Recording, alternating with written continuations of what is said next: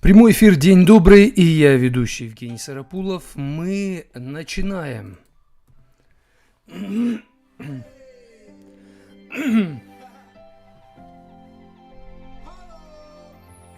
Доброе утро, Галин. Привет, доброе утро, мир. Я верю, меня слышно. И мне есть что сказать. И мне есть что сказать. И бежим, закладывая виражи. И перестали мечтать.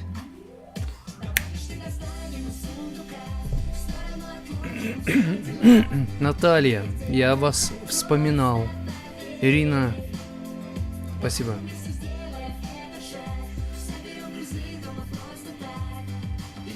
Юлечка, Евгений, Лёша.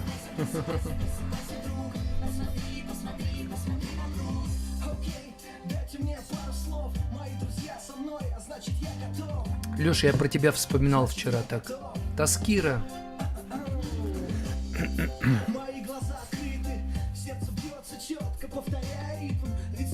Надо написать тебе.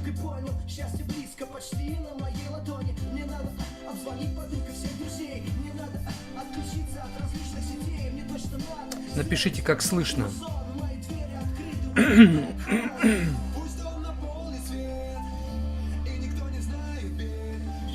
Денис. О-о-о. Ты только улыбнись.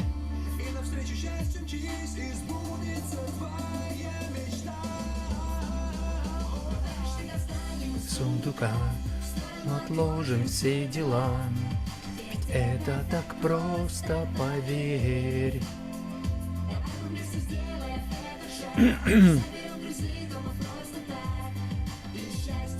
Откроем мы дверь.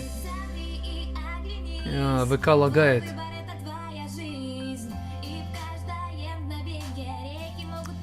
Таскира, спасибо большое.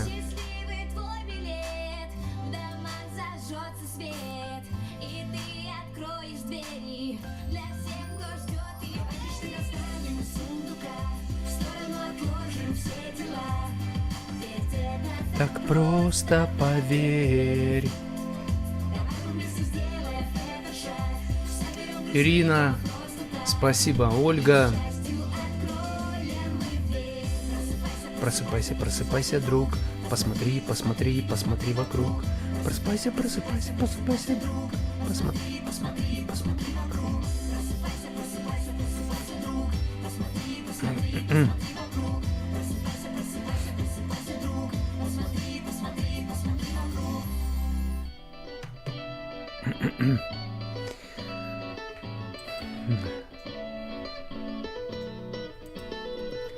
Доброго времени суток всем, кто присоединился к нашей трансляции. Занимайся тем, что любишь. Это не всегда работает. Работа мечты. Делай то, что любишь, и тебе в жизни никогда не придется работать. Это красиво звучит, привлекательно звучит. И это не подходит универсально для всех. Обычно, если человек концентрируется на своем любимом деле, на том, чем он хотел бы заниматься, он, как правило, начинает едва сводить концы с концами. Многие, кто пытался заработать на жизнь, следуя за своей мечтой, за своей красивой мечтой, они выгорают и с трудом сводят концы с концами. То есть заработать на хлеб очень сложно, занимаясь тем, что тебе нравится. Я, например, занимаюсь своим делом, психологией и прямые эфиры. Это не всегда мне нравилось, кстати. Это не было работой моей мечты. Так сложилось. И когда мне это стало нравиться, я понял, что на этом очень сложно заработать. Непросто. И оказывается, следуя за своей мечтой, тебе придется очень дорого за это заплатить. Годы пройдут, прежде чем ты научишься на этом и зарабатывать, так, чтобы на жизнь хватало, и чтобы этим заниматься постоянно. Поэтому хватит делать то, что любишь. Хватит делать то, что любишь. Научись любить то, что делаешь. И научись просто исполнять качественно то, чем ты занимаешься. То есть главное в жизни не найти работу мечты и то, что ты очень любишь, а научиться любить то, что ты делаешь. Понимаете? Это лайфхак, это выход. Научитесь любить то, что вы делаете. Поделитесь вашим мнением, почему в вашей жизни, когда вы делаете вынужденно что-то, зарабатываете на чем-то, это не приносит вам удовольствия, почему это трудно полюбить? То, что вы делаете, то, на чем вы зарабатываете, это надо полюбить. Но почему это так трудно полюбить то, что вы делаете, что вам не нравится? Это, в принципе, и к отношениям тоже. Если вам не нравится человек, его надо полюбить. Возлюби даже врага своего. Так гласит закон. Как полюбить то, что тебе не нравится? Почему мы не хотим любить то, что нам не нравится, но приносит нам пользу? Вот такие мои вопросы. Ожидаю ответов от вас. Меня зовут Евгений Сарапулов, я профессиональный психолог. В первом часе говорим о том, что работа мечты, делай то, что любишь, это, как правило, не срабатывает.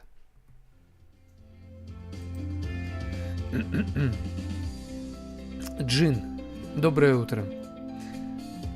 Говорят, ВКонтакте плохо слышно, видно. Джин, напиши, пожалуйста, как оно.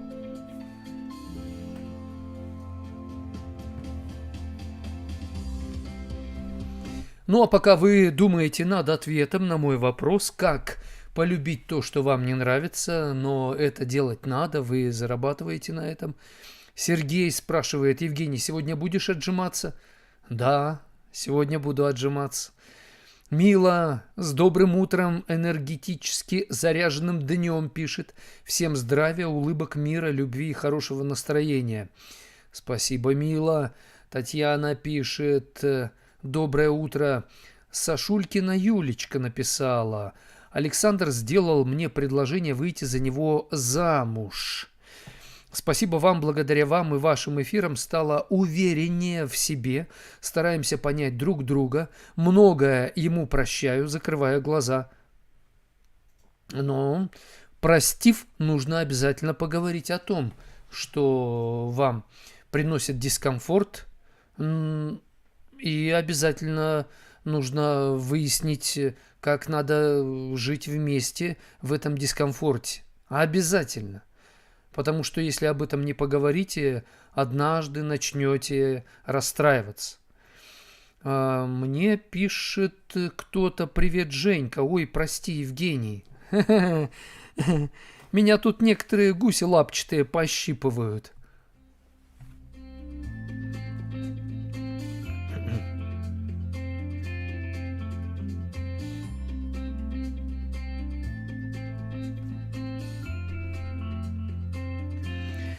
Утренний эфир, день добрый.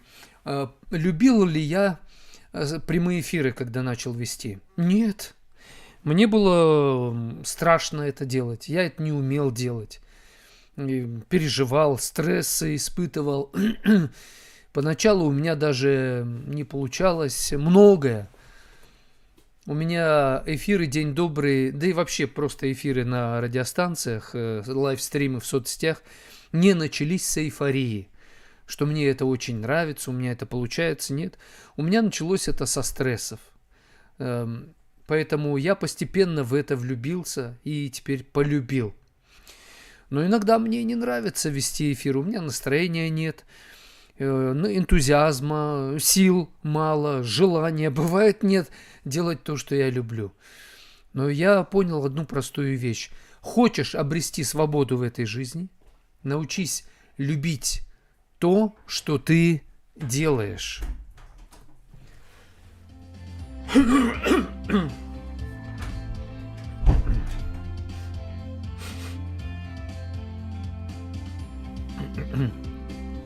Наталья спрашивает: доброе утро, когда вы в отпуск? Я в отпуск на этой неделе, кстати, в четверг эфир проведу и сразу после эфира поеду в отпуск со своей семьей. Поэтому на следующей неделе до четверга тоже эфиров не будет. Может быть, даже и в четверг тоже не будет эфира. Посмотрим. Может быть, я возьму отпуск дней 10 или 2 недели. Я подумаю. Но отпуск у меня вот уже на носу. Послезавтра.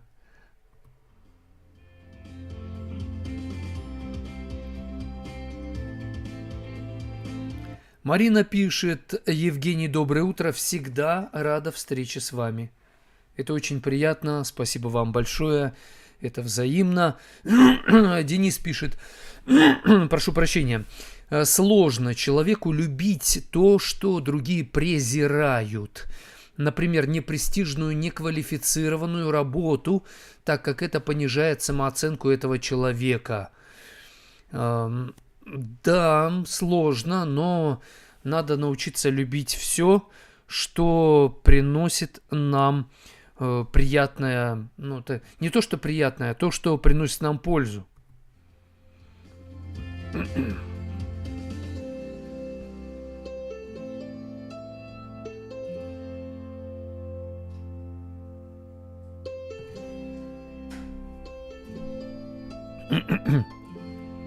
Денис пишет: выходит, тебе отпуск не нужен, и ты сможешь трудиться нон-стоп. Нельзя трудиться нон-стоп. Если мы вынуждены, надо учиться отдыхать. Я люблю свое дело, пишет Джин. Отпуск у меня в конце июля, сейчас тружусь 24/7. Да, Джин, понимаю тебя.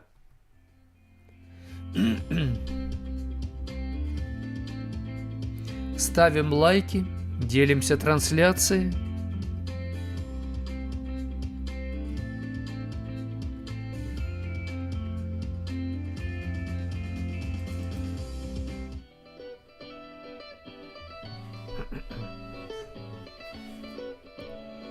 Итак, мы говорим на тему «Занимайся тем, что любишь». Это не всегда работает. Делай то, что любишь. Этот совет зачастую не учитывает реальность. Этот совет обычно игнорирует испытания, невзгоды в жизни, в которые некоторым людям легко заниматься любимым делом, поскольку у них уже есть благоприятные условия. Родители богатые, какой-то ресурс есть, то есть им уже создали условия. А для большинства заниматься любимым делом просто невозможно, потому что просто надо зарабатывать деньги. Если ты будешь делать то, что тебе нравится, на этом пока ты либо не сможешь зарабатывать, либо будешь зарабатывать совсем немного. Поэтому делать то, что нравится, то, что любишь, это могут в основном те, у кого уже есть благоприятные условия.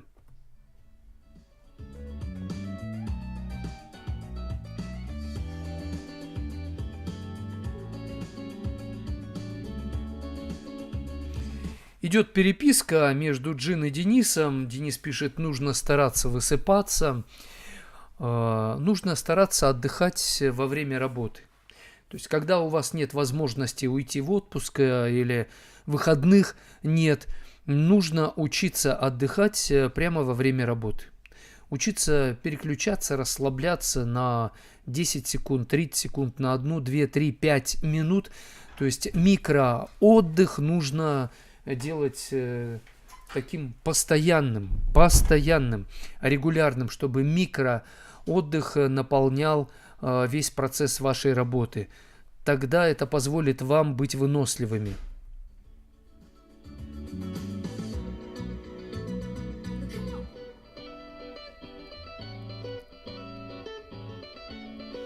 А Джин пишет, когда любишь свою работу, многим готов пожертвовать. Да, я полюбил прямые эфиры, да, и жертвовал порой своими выходными, потому что очень часто видеотрансляции в социальных сетях люди смотрят больше всего, когда они отдыхают, в выходные. И тебе вроде бы надо тоже отдыхать, но именно в это время больше всего аудитория готова смотреть. И я несколько лет вел прямые эфиры, точнее, видеотрансляции в соцсетях в это неудобное для меня время. И что с этим делать? Ну что, вот приходилось жертвовать, работать, так сказать, на свое имя. Теперь имя работает на меня. Но несколько лет пришлось действительно жертвовать. Во всей этой суете, пишет Джин, важно о главном не забывать. А главное – это спасение наших душ. Главное – это состояние нашего сердца пред Творцом неба и земли. Чтобы сердце наше было чистым, и чтобы мы принимали участие в спасении душ людей. Потому что человеческая жизнь коротка, и она закончится. А вот быть уверенным, что душа твоя и близких твоих спасена, это самое главное. И это очень важно, именно это понимать, что в жизни не построить дом, не посадить дерево, не вырастить детей, не это самое главное. Жизнь на земле слишком короткая, чтобы концентрироваться на жизни на земле. Но в то же время живи на земле и все, что делаешь, делай от души, как для Господа. То есть делай это максимально хорошо. Но не обязательно делать это на 5 с плюсом.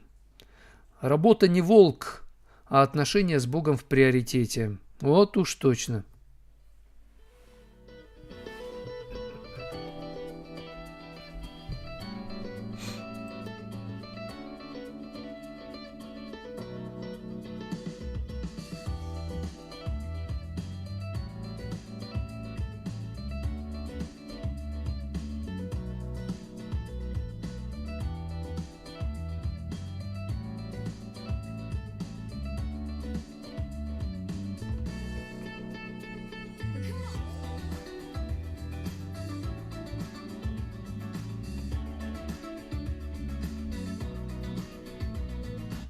Нам пишет Джин, некоторые так живут на земле, что мешают другим реализовывать себя. Да, мне постоянно кто-то мешает. И для меня это стало уже привычным. Я понимаю, я и сам себе мешаю. И другие есть люди. Да, вообще каждый человек в жизни тебе однажды неосознанно, невольно мешает. Что с этим делать? Ну, а что поделаешь? Придется с этим жить. И главное, чтобы ты учился реализовывать себя в любых условиях, при любом раскладе, играть картами. Учиться это делать, учиться делать это максимально хорошо, чтобы обретать свободу и независимость от условий жизни.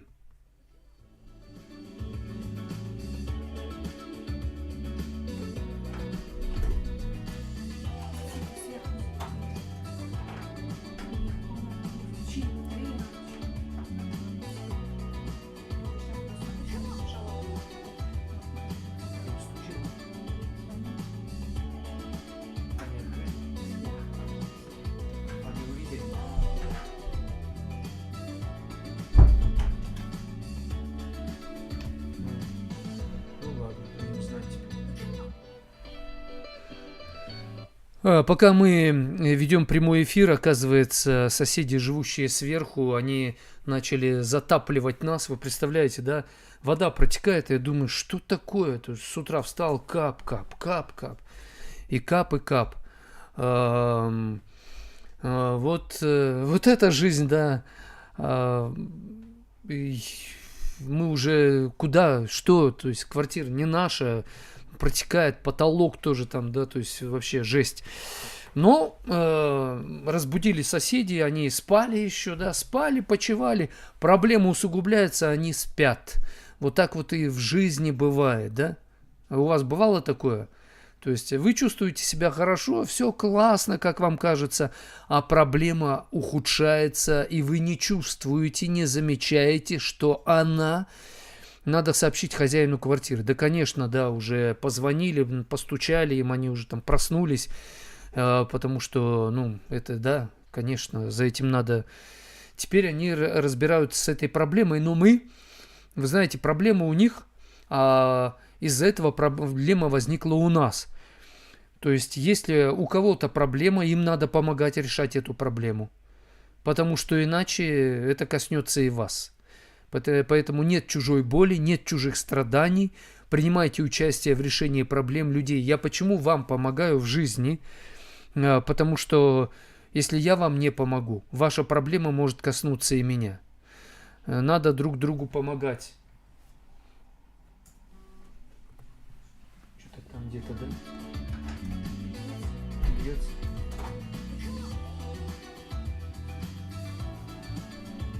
Сейчас я песню поставлю.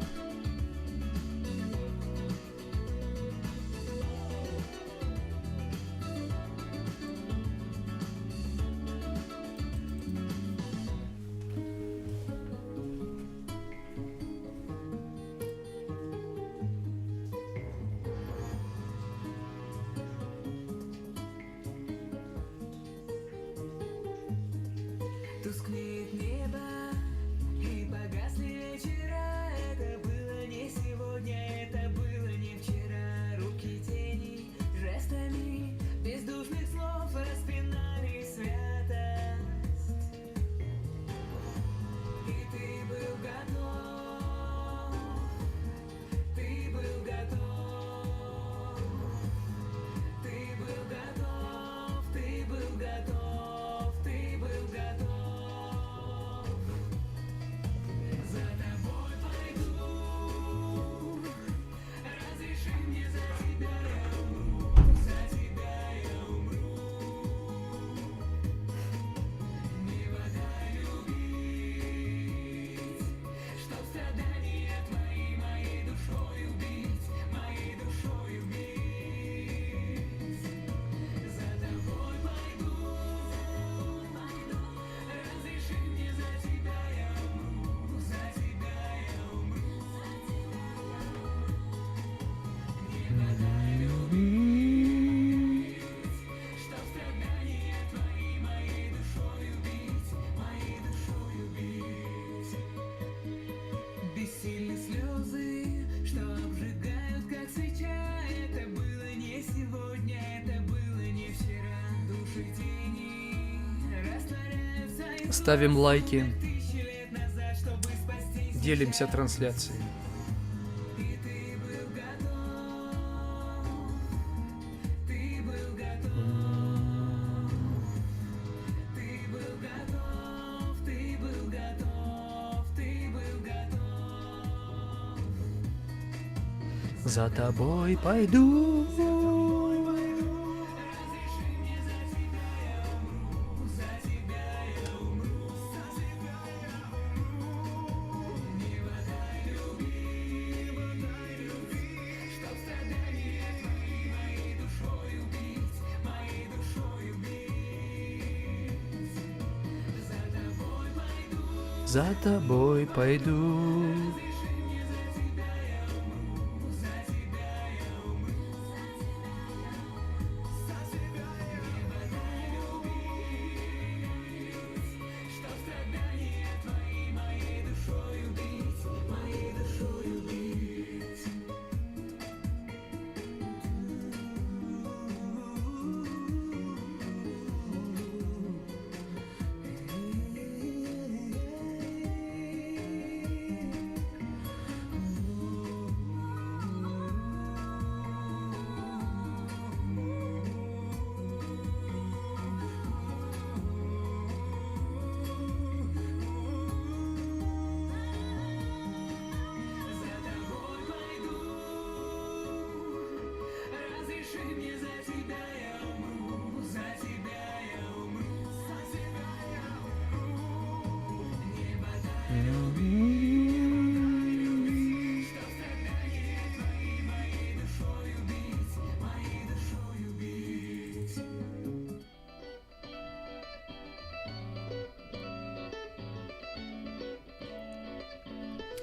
Прямой эфир «День добрый» продолжается. У нас тут в квартире, откуда я веду трансляцию, у соседей наверху прорвало что-то и затапливает нас, но затапливает на кухне, не по всей квартире, ну, слава богу. Джин пишет: вы, Евгений Владимирович, из любой ситуации выжимаете пользу, независимо от того, насколько она сложная. Да, я этому учусь. Я этому учусь, потому что понимаю, это дает мне свободу, потому что если ты в любой ситуации учишься жить, это действительно сделает тебя свободным. Но это дается мне нелегко. И еще я понимаю, что это поможет мне помогать вам извлекать пользу из вашей любой жизненной ситуации. Поэтому я учусь, чтобы учить вас, помогать вам.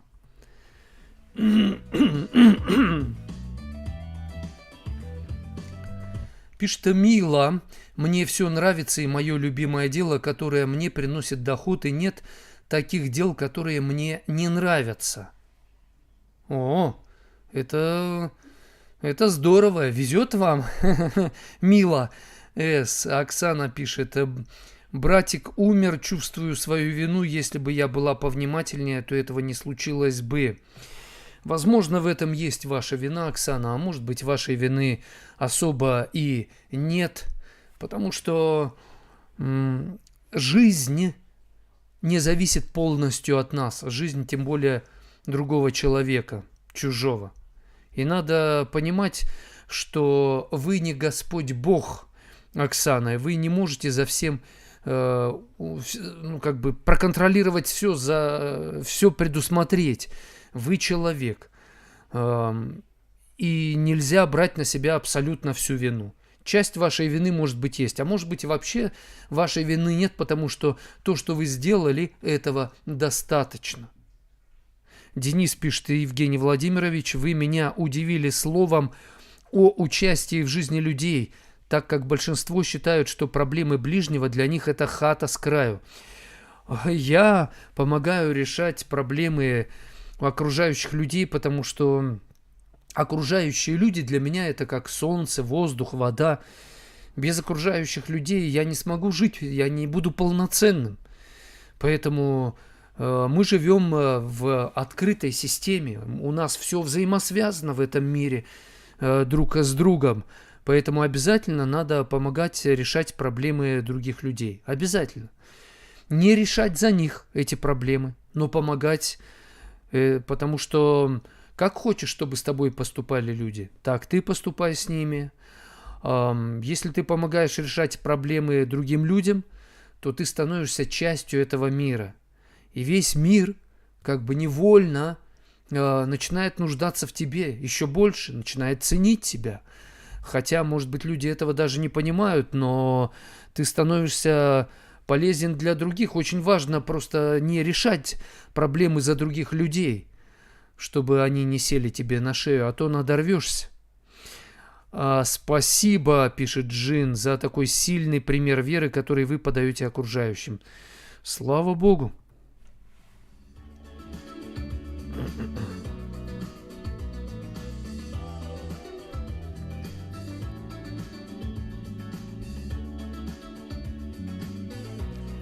Пишет Максим: прежде чем начать заниматься любимым делом, зачастую требуется много времени.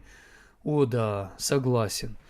Иногда столько времени нужно потратить, что для жизни не остается времени. Да, все приходится тратить на то, чтобы выжить, заработать денег для себя, для семьи. А любимое дело, это уже куда-то на полку откладываешь. Поэтому надо полюбить то, что ты делаешь. Это выход. Полюбить то, что ты делаешь, то, что тебе не нравится. Вы тоже для нас солнце и воздух, пишет СХ. Спасибо. Максим пишет: невозможно любить невидимого Бога, если не помогать реальным людям. Да, верно.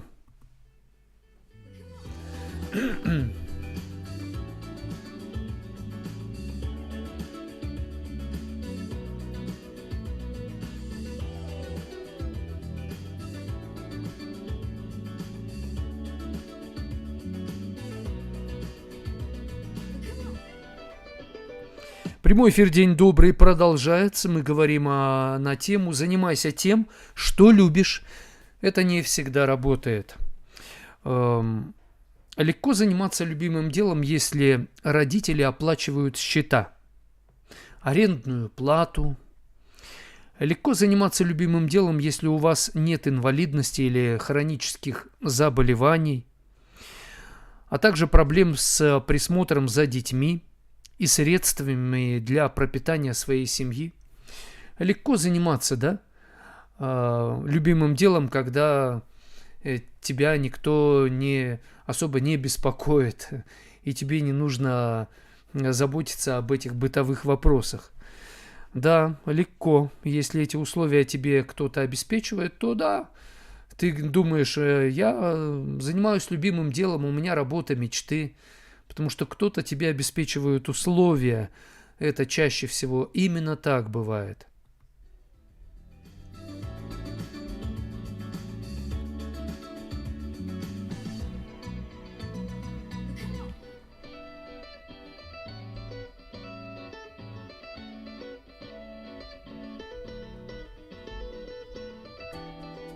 Проблемы со связью, да, сегодня проблемы со связью, я вижу, да.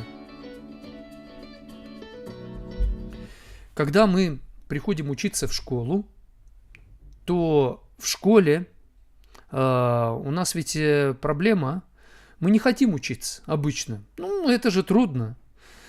И нас учат, наказывают нас, создают нам такие условия, когда нам ставят двойки или нас там ругают, в общем, нас заставляют. А мы хотим играть в детстве. Убираться кто-нибудь любил в комнате своей, пыль протирать, полы мыть? Да мало найдется таких. Все мы учимся этому. Но мы понимаем, что в конечном итоге, вырастая, что это надо делать. Поэтому научитесь любить то, что надо делать, и то, что вам не нравится, но это надо и полезно, потому что это делает нас сильнее, это помогает нам обретать настоящую истинную свободу. Истинная, так сказать, свобода не в том, что ты делаешь то, что ты хочешь, а ты делаешь то, что надо. Вот лайфхак в жизни. Полюбите то, что приносит пользу вам и окружающим людям. И если вам это не нравится, вызывает у вас дискомфорт, научитесь это, во-первых, делать качественно, регулярно, качественно это делать. И тогда возникнет момент, когда вдруг вы полюбите это дело.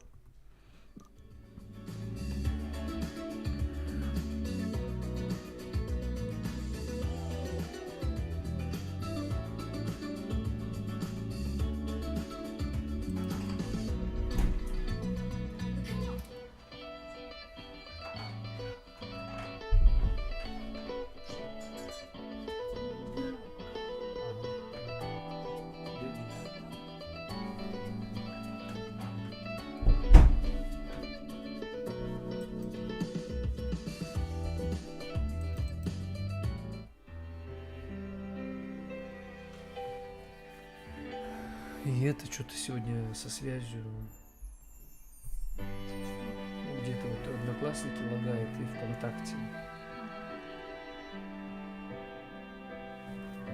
Надо попробовать съездить в этот тур телефона. Мир придуман так, что ничего нельзя в нем изменить. Чтоб над нами каждый день вставало солнце и садилось. И Господь всем людям на планете завещал любить. Телеграм работает отлично, пишут. Ничего не изменилось. Пусть миром правит любовь. Так было и так будет вновь. Пока живут На свете люди, пусть миром правит любовь. Лишних слов, всегда так будет. очень нелегко все осознав, потом сказать прости. И все потеряв однажды утром. Вероника, привет. Тысячи дорог пройти по жизни в конце пути. Важно, чтобы кто-то ждал, и было бы куда вернуться. Пусть миром правит любовь, было и так будет вновь, пока живут на свете люди. Пусть миром правит любовь, лишних слов, всегда так будет.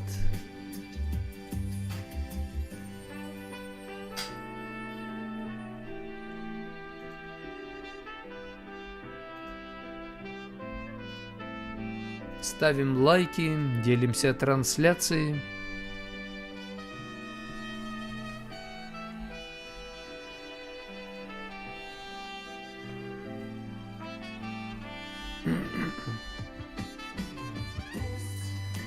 Миром правит любовь.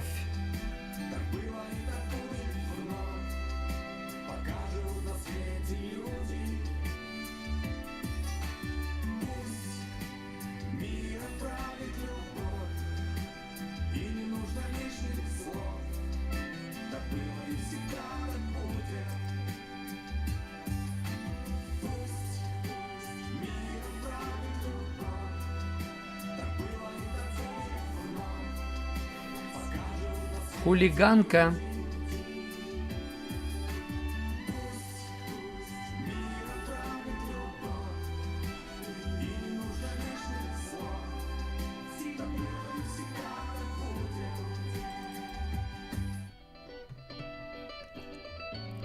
Утренний эфир «День добрый» продолжается.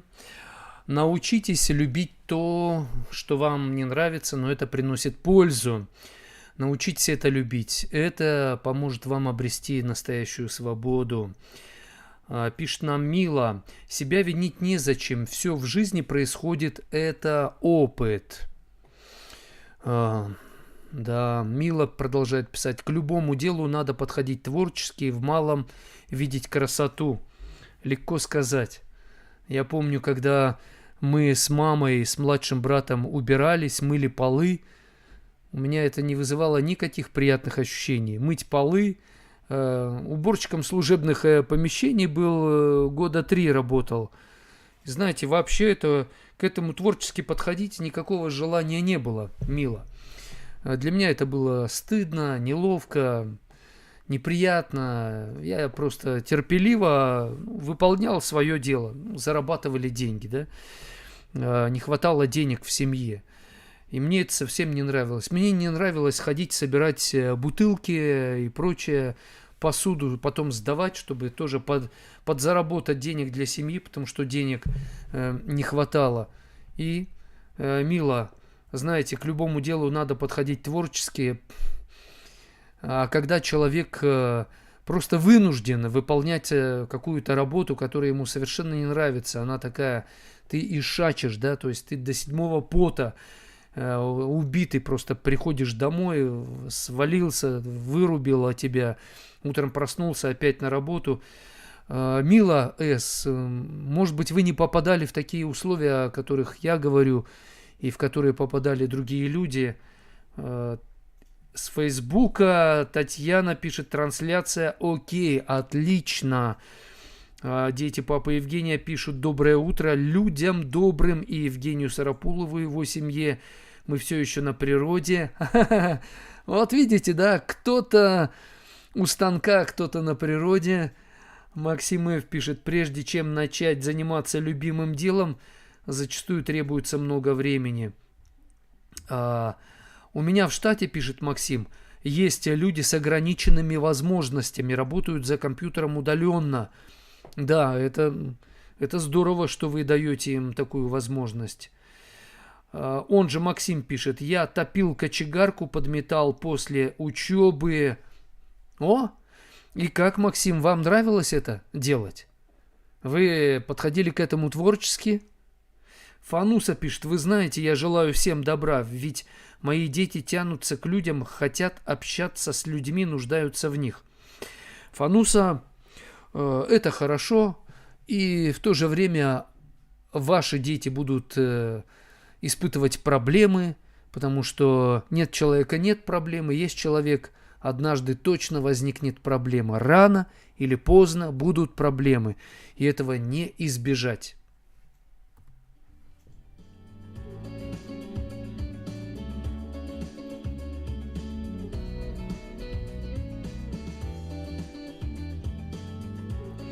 Вот Максим, кстати, пишет: нет, кочегарить ему не нравилось, сначала не любил, потом смирился.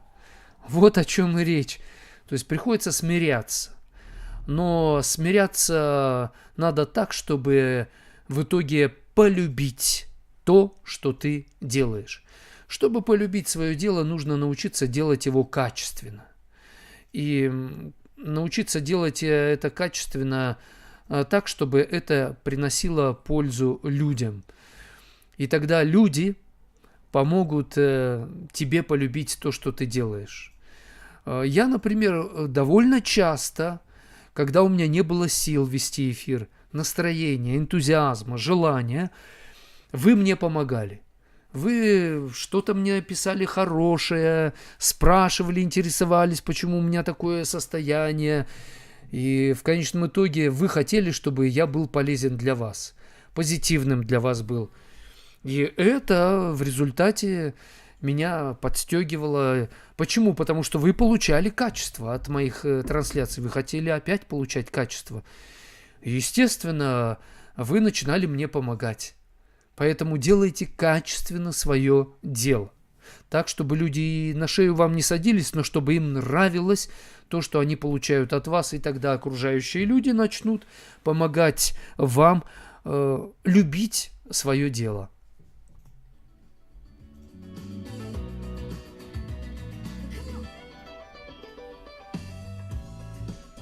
Кстати, я когда встал, я уже видел, что-то капало там на балконе.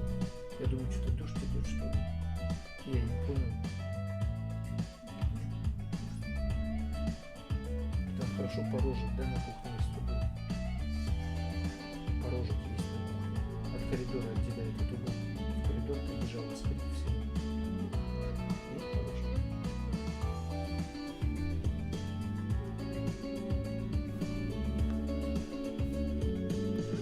Прямой эфир «День добрый» продолжается, пишет нам Василий. Старина, вы очень похожи на какого-то знаменитого артиста, только я не могу вспомнить на кого. Мне об этом регулярно пишут. Он же пишет, Василий: я с вами категорически не согласен. Чтобы полюбить это дело, нужно, чтобы это дело вам нравилось. Василий, конечно, когда дело нравится, мы любим его. Это просто происходит. Но когда вы вынуждены делать что-то, зарабатывать на деле, которое вам не нравится, надо научиться это любить, чтобы не чувствовать себя рабом на галерах. Почему спортсмены, которые пашут до седьмого пота, они любят свое дело, хотя они изнемогают, истощаются, устают дико, и тренер их гоняет, как сидорову козу, а они любят свое дело, потому что они знают, это поможет им одерживать победу на соревнованиях. И они любят то, что им не нравится, потому что, делая это закладывает основу для будущей победы.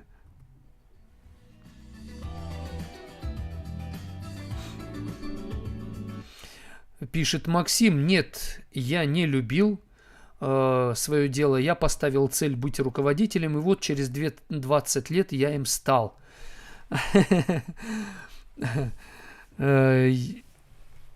Если человек хочет стать генералом, ему надо быть солдатом. Да. Если ты хочешь быть руководителем, тебе нужно научиться быть подчиненным. Похоже, чтобы получить работу мечты, нужно научиться делать то, что ты сегодня делаешь, может быть неприятное, некомфортное для тебя, но это просто твоя работа. Научись делать это максимально качественно. И это путь к нахождению работы мечты. То есть то, что нам нравится делать, кстати, это не обязательно работа нашей мечты. То, что помогает нам быть максимально полезными для окружающего мира, вот это настоящее счастье. И порой человек что-то делает, оно приносит пользу для окружающих, но он этим не особо доволен, ему это не особо нравится, потому что другим это нравится, а он не испытывает от этого удовольствия. И это тоже такая беда большая. Я считаю, что надо любить все, что ты делаешь. Полы протирать мне не нравилось, картошку садить, огребать особенно вообще не нравилось. Но меня научили, приучили. И в конечном итоге мне все равно не нравилось, а сейчас я думаю, поэтому время жизни мимо меня проходили. Когда ты делаешь то, что тебе не нравится, жизнь проходит мимо. Поэтому надо любить то, что ты делаешь, чтобы жизнь не проходила мимо.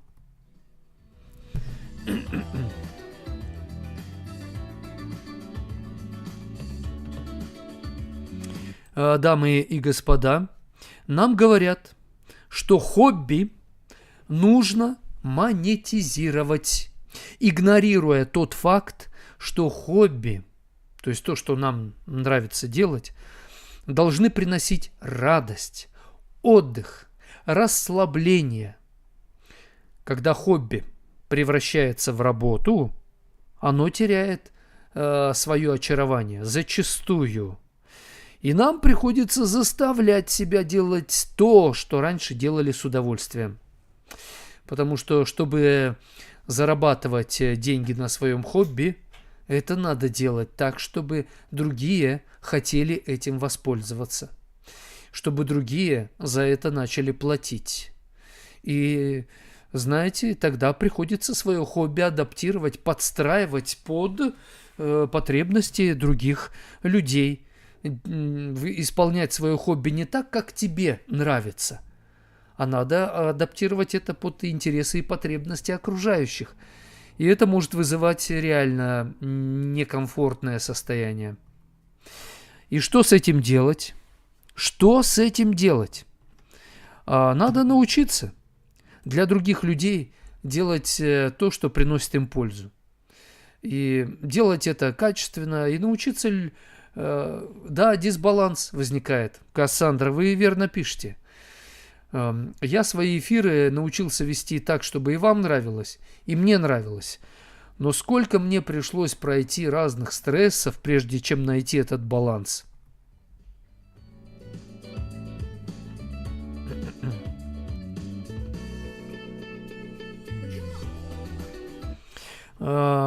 Удовлетворенность работой достигается не только за счет удовольствия от процесса.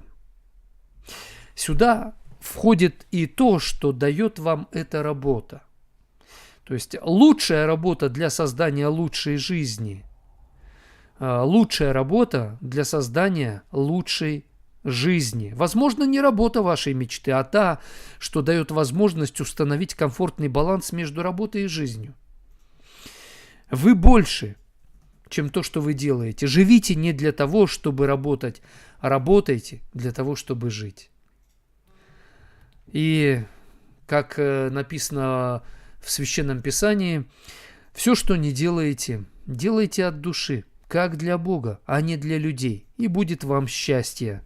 Счастье вдруг в тишине постучало в двери.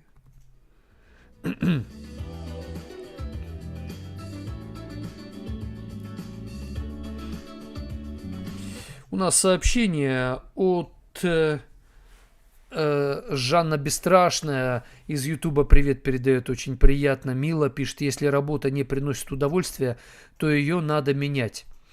Ну, это легко сказать, Мила, а если эта работа, которая не приносит удовольствия, приносит вам денег, и вы поменяете эту работу на ту, где вы будете зарабатывать в 2 раза меньше денег, а у вас кредит, а у вас постоянные счета, которые нужно оплачивать.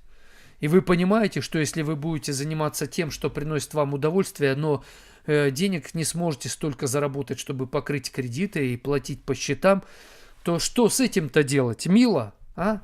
Эх вы, мило. Как-то нереально вы смотрите на реальную жизнь. Василий пишет: старина, ну какое это удовольствие трудиться не по своей профессии, на вахте по полгода, вдалеке от дома, от семьи, но получая при этом 350 тысяч.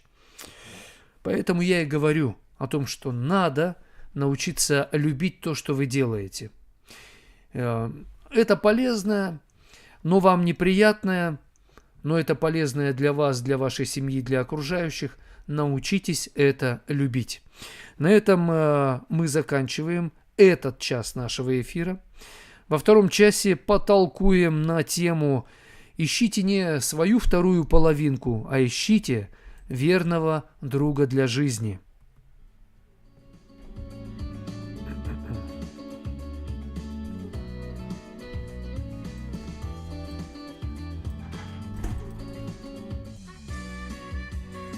Наталья, привет!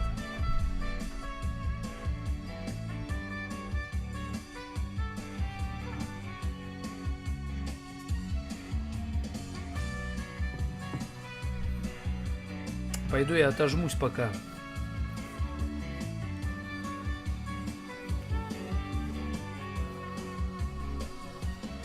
Мир застыл, вздохнул и погодился. По аллеям, дышащим весной, я как будто заново родился. Я как будто воскрешен тобой. Пусть не строит по ладам гитара, пусть секунды ускоряют бег. И не важно, много или мало, если встретил счастье человек. Не разменять себя по мелочам, так нелегко приходится порою. Я благодарен всем моим друзьям и женщине, которая со мною. Пусть время мчится вдаль, не удержать. Судьба ныряет в воду с головой. Себя легко сегодня разменять. По мелочам, но все-таки не стоит.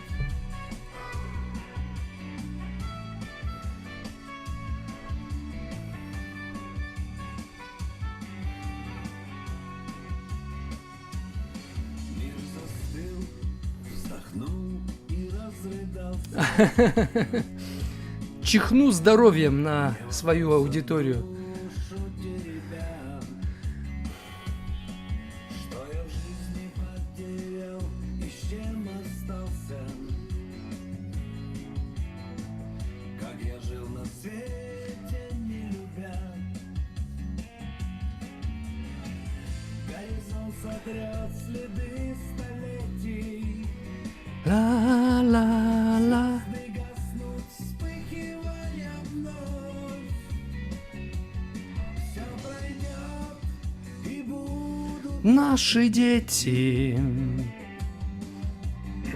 также верить в вечную любовь. Не разменять Тебя по мелочам. так нелегко приходится порою. Я благодарен Всем своим друзьям, и женщине, которая со мною. пусть время мчится Да, удержать. не удержать с головою. Себя легко сегодня разменять по мелочам, но все-таки не стоит. Сильно скучаете? Конечно, Оксана, еще бы. Курск на проводе.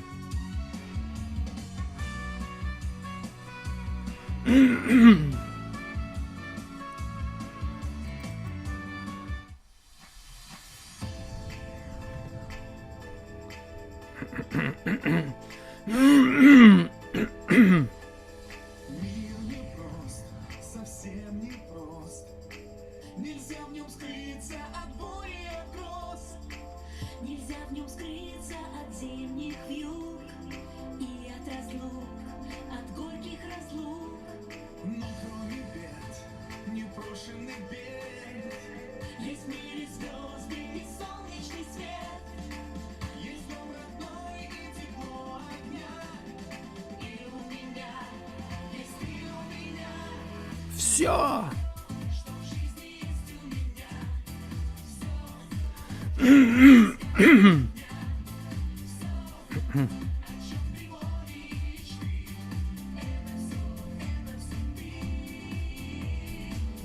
Все. Есть у меня. Все. Все.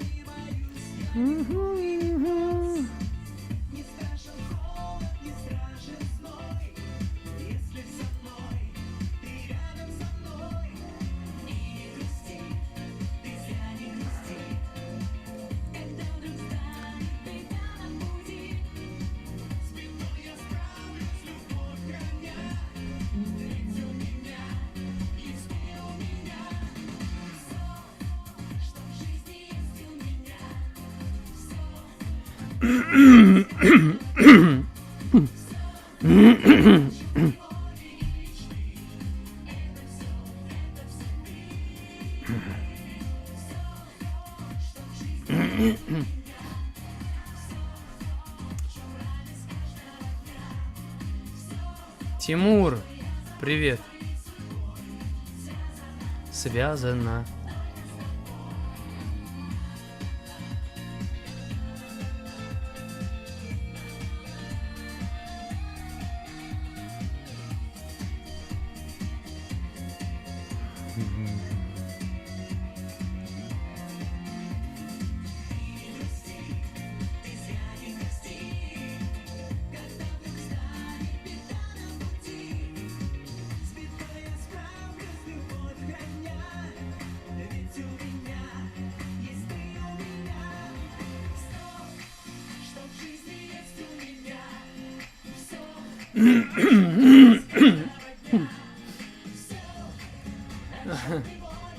Слава богу, я очень рад.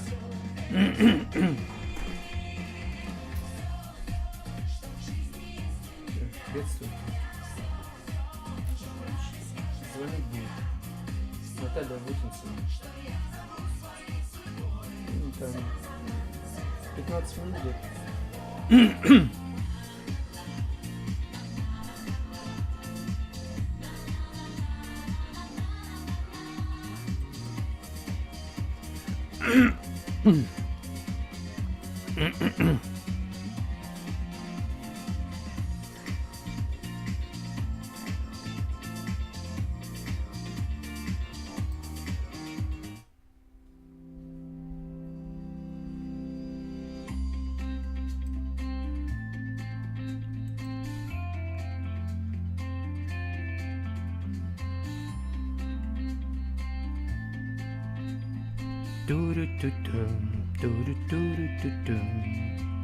Скоро начинаем, через 15 секунд.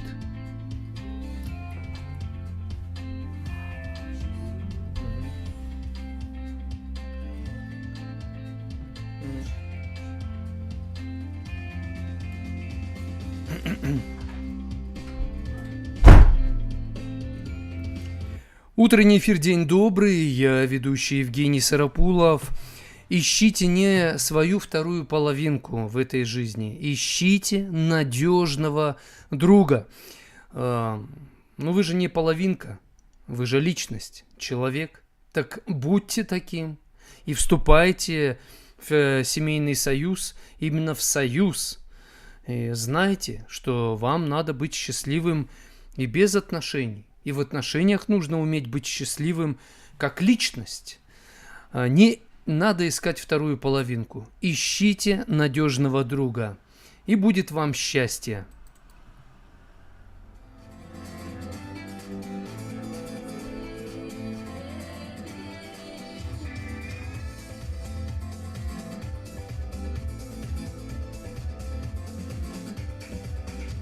Всегда быть рядом могут люди, всегда быть вместе могут люди. Нельзя любить, но любви была тебе с конца. Скажи, зачем же тогда Мы любим, скажи, зачем мы друг друга друга любим, тают дни. сжигая сердца? Все время Мы ждем как чудо, единственный ждем как чудо. должна сгореть без следа. Скажи, узнать мы смогли откуда, узнать при встрече смогли откуда, что ты моя, а я твоя любовь.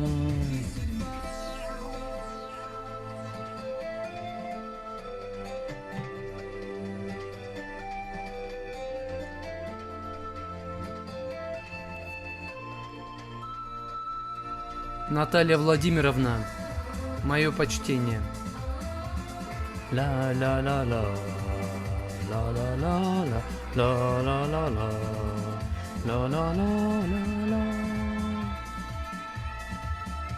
Скажи, насколько пришлось скитаться Скажи.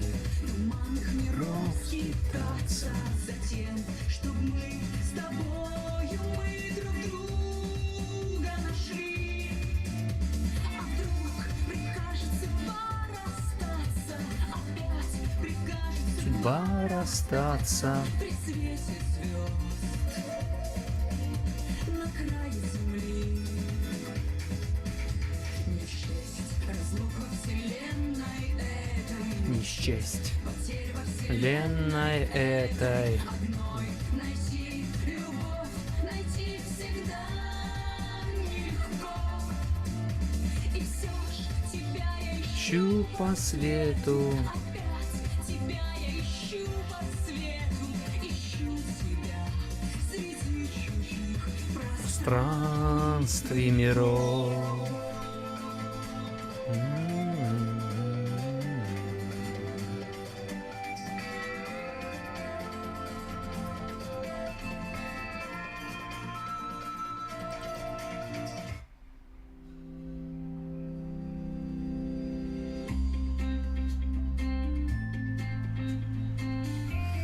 Найти не свою вторую половинку, а найти верного друга. Вы не чья-то вторая половина. Вы полноценная личность, не устану это повторять.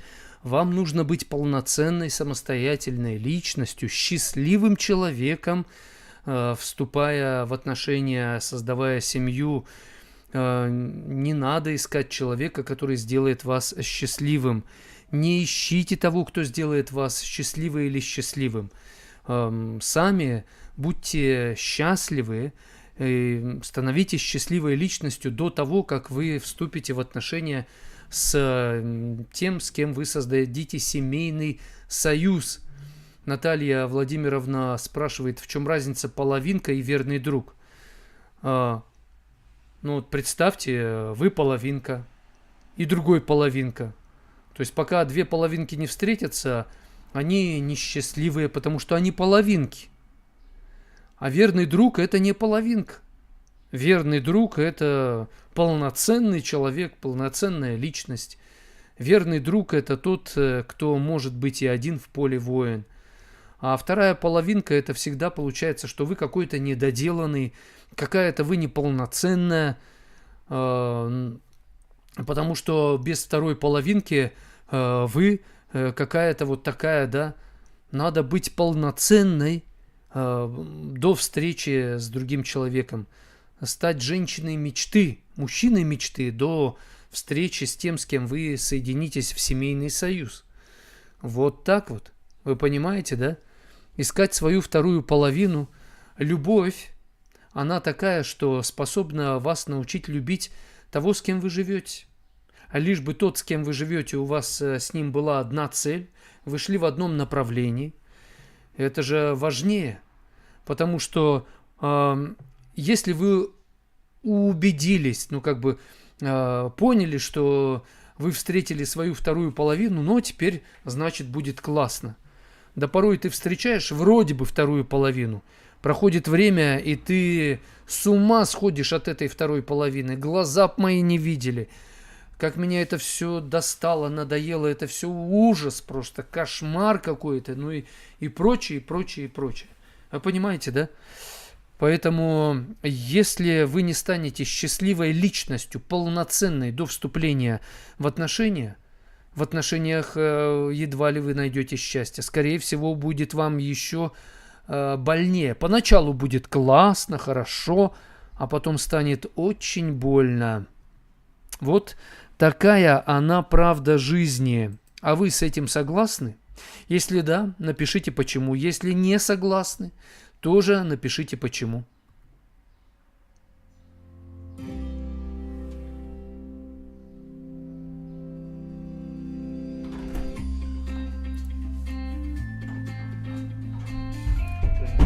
Выплескивают, да?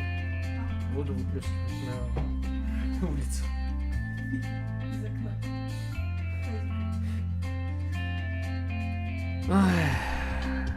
Чё кому?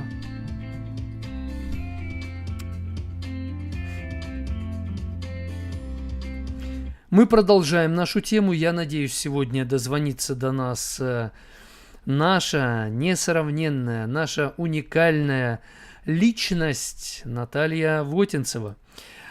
Когда вы встретите другого, влюбитесь в него, со временем ваши чувства изменятся. Но вы можете обнаружить, что не готовы к тому, что ваши чувства изменятся.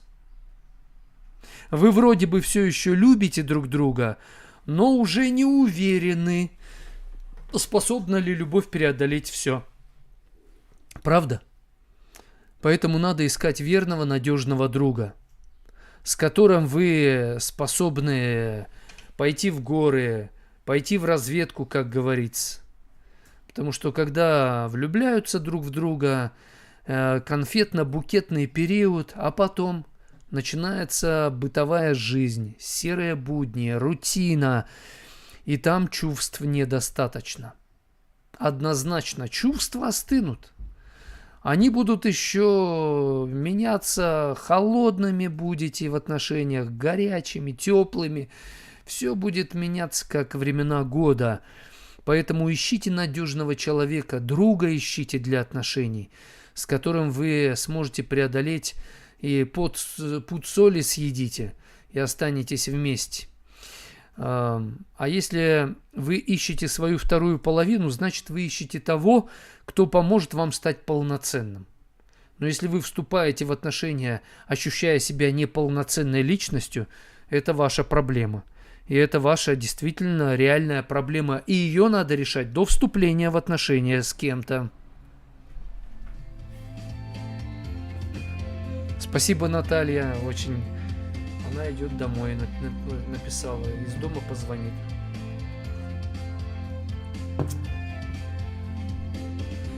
Так, у нас сообщение от из Ютуба. Супер рыбак, вы курили? Почему люди курят? Я никогда не курил. Поэтому люди курят, потому что пытаются быть похожими на крутых. Но крутые это не крутые на самом деле. Это слабые. курят слабые люди. Мила пишет, у меня кредитов нет. Я своим заказчикам сама диктую условия. Я по натуре пилигрим, поэтому от вас всех и отличаюсь. А мы отличаемся от вас. Вы от нас, а мы от вас. Понятно. О, Сергей пишет, доброе утро, Евгений, привет из Дюссельдорфа. Вот это прикольно. Серега, сколько лет, сколько зим. Очень приятно, что ты здесь на эфире.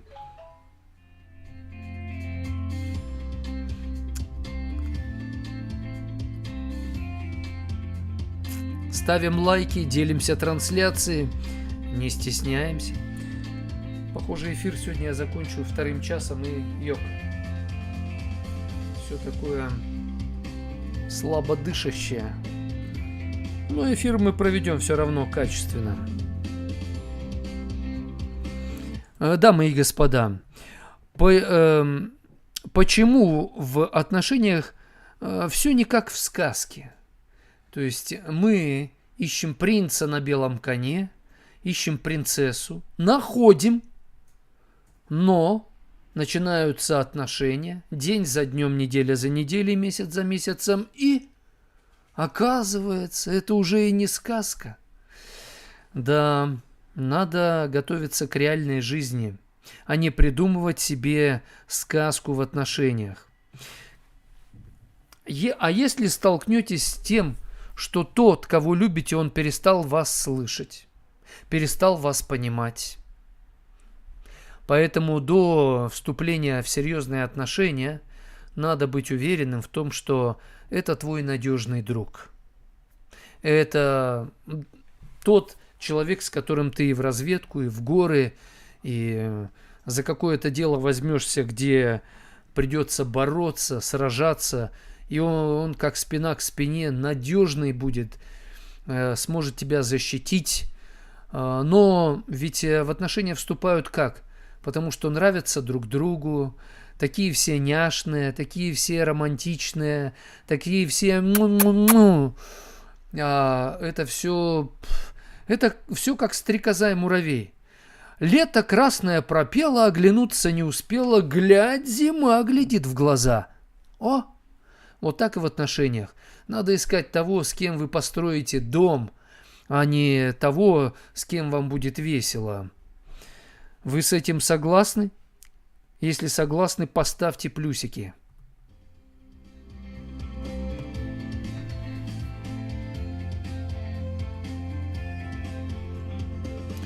Нам пишет Марина Р. В материальном мире одни чувства не помогают. 100%.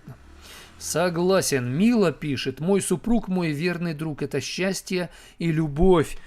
Вот это вам повезло. Да вы у нас просто ангелы, сошедшие с небес на землю. У Милы С вообще все топчик.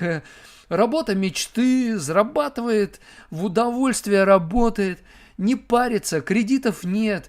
Муженек у нее, корефан из корефанов. Что вы тут делаете, Мила? Мы тут пытаемся научиться жить. Вы уже живете, научились жить. У вас все good, все классно. Вам зачем мои трансляции? Я вот этого не пойму, Мила.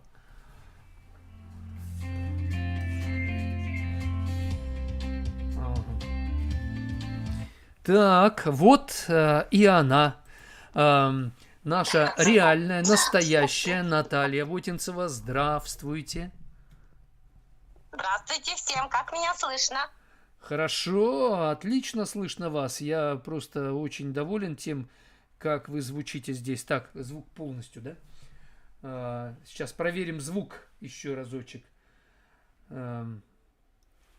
Так, значит, Наталья, вы как считаете, надо до вступления в серьезные отношения, до создания семьи, убедиться, что твой человек, во-первых, это полноценная личность, который не ищет тебя, чтобы ты сделал его счастливым, и, во-вторых, это надежный друг.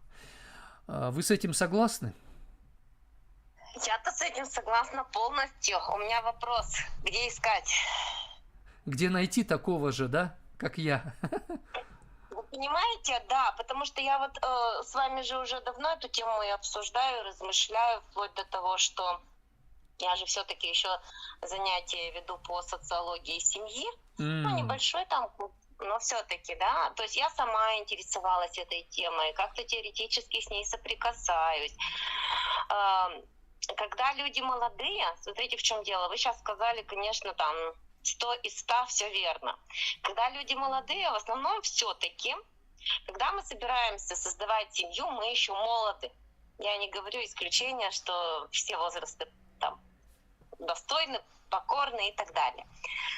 Ведь люди, когда молодые, лет, ну, условно возьмем 22-25 плюс-минус, да, они же еще могут быть несостоявшимися личностями.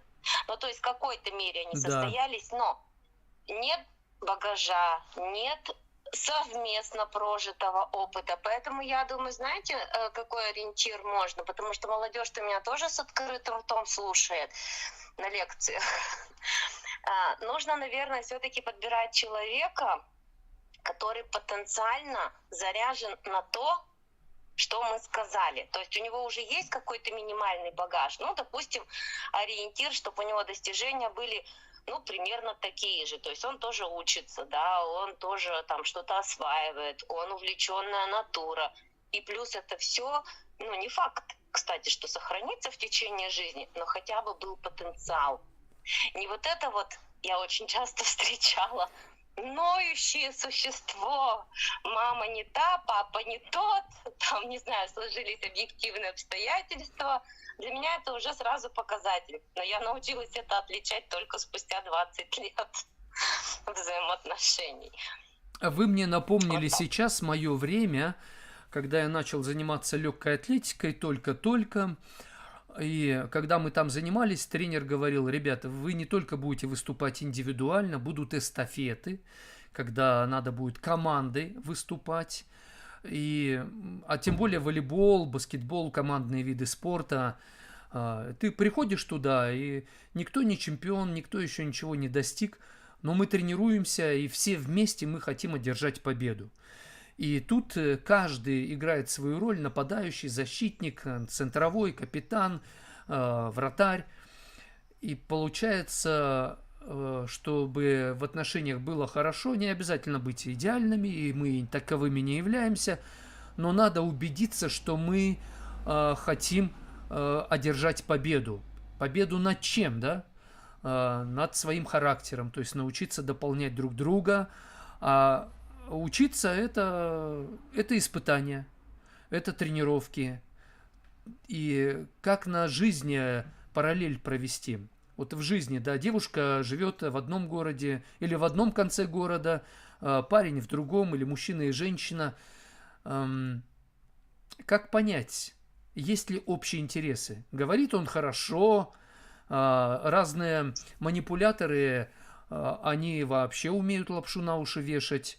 Как вы, Наталья, проверяете мужчин, прежде чем в какие-то отношения с ними вступить, прежде чем вообще позволить им хоть как-то с вами познакомиться, попробовать? Вы знаете, последнее время очень мало кто решается знакомиться. Видимо, слишком я откровенна. Мне говорят: зачем пугаешь на подлете со своей там степенью научной? Я говорю: а зачем я буду тратить время, допустим, месяц переписки, да, чтобы потом человек: она кандидат наук, ну зачем я разворачиваюсь и ухожу? Ну, во-первых, откровенность. То есть, если я спрашиваю, я смотрю, как люди отвечают. Первое, что я смотрю, мужчины, допустим, что они говорят о своем прошлом. Признают ли они свои ошибки? Прямо уже как маркер. Или она виновата, ну, обычно, если мужчины это разведенные мужчины, либо у которых был опыт, да, семейной жизни. Почему не сложилось? Да, вот почему ты считаешь? Я же не говорю, кто прав, кто виноват, да? И для меня вот это вообще показатель сразу же. То есть или так сложилось, или ее мама, или я сам дурак. Вот для меня это главный показатель. Я не скажу, что здесь какая-то истина, да, в последней инстанции. Просто я понимаю, люди либо видят роль свою, либо они действительно обвиняют всех вокруг. Это первое, да. Второе, если человек что-то не договаривает, Я потом тебе скажу, я при встрече тебе расскажу. А мне нельзя говорить о том, где я работаю. Подождите, мы взрослые люди. Что такое? Вот насчет этих вот альфонсов там или еще каких-нибудь, да, вот манипуляторов. Сейчас очень развита соцсеть некоторым даже, и не нужны реальные знакомства и реальные встречи. Поэтому если человек не идет на реальную встречу, я ведь не прошу сразу там замуж брать, там, не знаю, в ресторан везти. Просто чашку чая, кофе, причем я могу спокойно сама себе это позволить. Поэтому прогуляться по улице, пройтись, посмотреть на человека, как вообще он. Чисто наверное, это уровень некий такой визуальный, энергетический, телесный. Ты видишь, как человек себя ведет. Мне очень нравится, когда вы выкладываете фото и видео из деревни с вилами или корову там, или что-то еще такое чисто деревенское. И это так контрастирует. Это вас восхищает. Вы понимаете, что многих это пугает? Это пугает. Конечно, представляете, она с научной степенью из глубинки, то есть сколько всего человек мог в жизни пройти и испытать, с этим человеком рядом чисто, ну, допустим, я с некоторыми чувствую, что они даже мне это подчеркивают. Вот у тебя такой жизненный опыт, а у меня, я говорю, так это вообще-то как бы, ну есть, куда я его сейчас, да, этот жизненный опыт дену. Да, я была замужем, да, я там приехала из деревни, да, по всем пунктам, да, я это умею. Но я-то вот, допустим, этот опыт, я его не обесцениваю, да, я этим в какой-то мере горжусь, но я Да. его не выпячиваю и не говорю, Да. что вот, посмотрите, иногда, да, как пример ребятам, которые там, ну так, сникли, поникли, я говорю, ребят, ну кому вы рассказываете, я вон почти как Ломоносов пешком там в город пришла.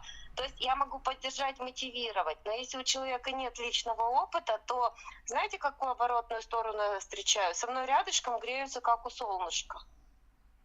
Вот с ней столько всего случилось, а она остается такой жизнерадостной, с ней так легко и весело. Да потому что легко и весело, потому что я уже не питаю никаких иллюзий. Я согласна на взрослые отношения, но иллюзий у меня нет. Поэтому, понимаете, вот это тоже один из аспектов, что мы тут рядышком побудем, нам тоже ничего не надо.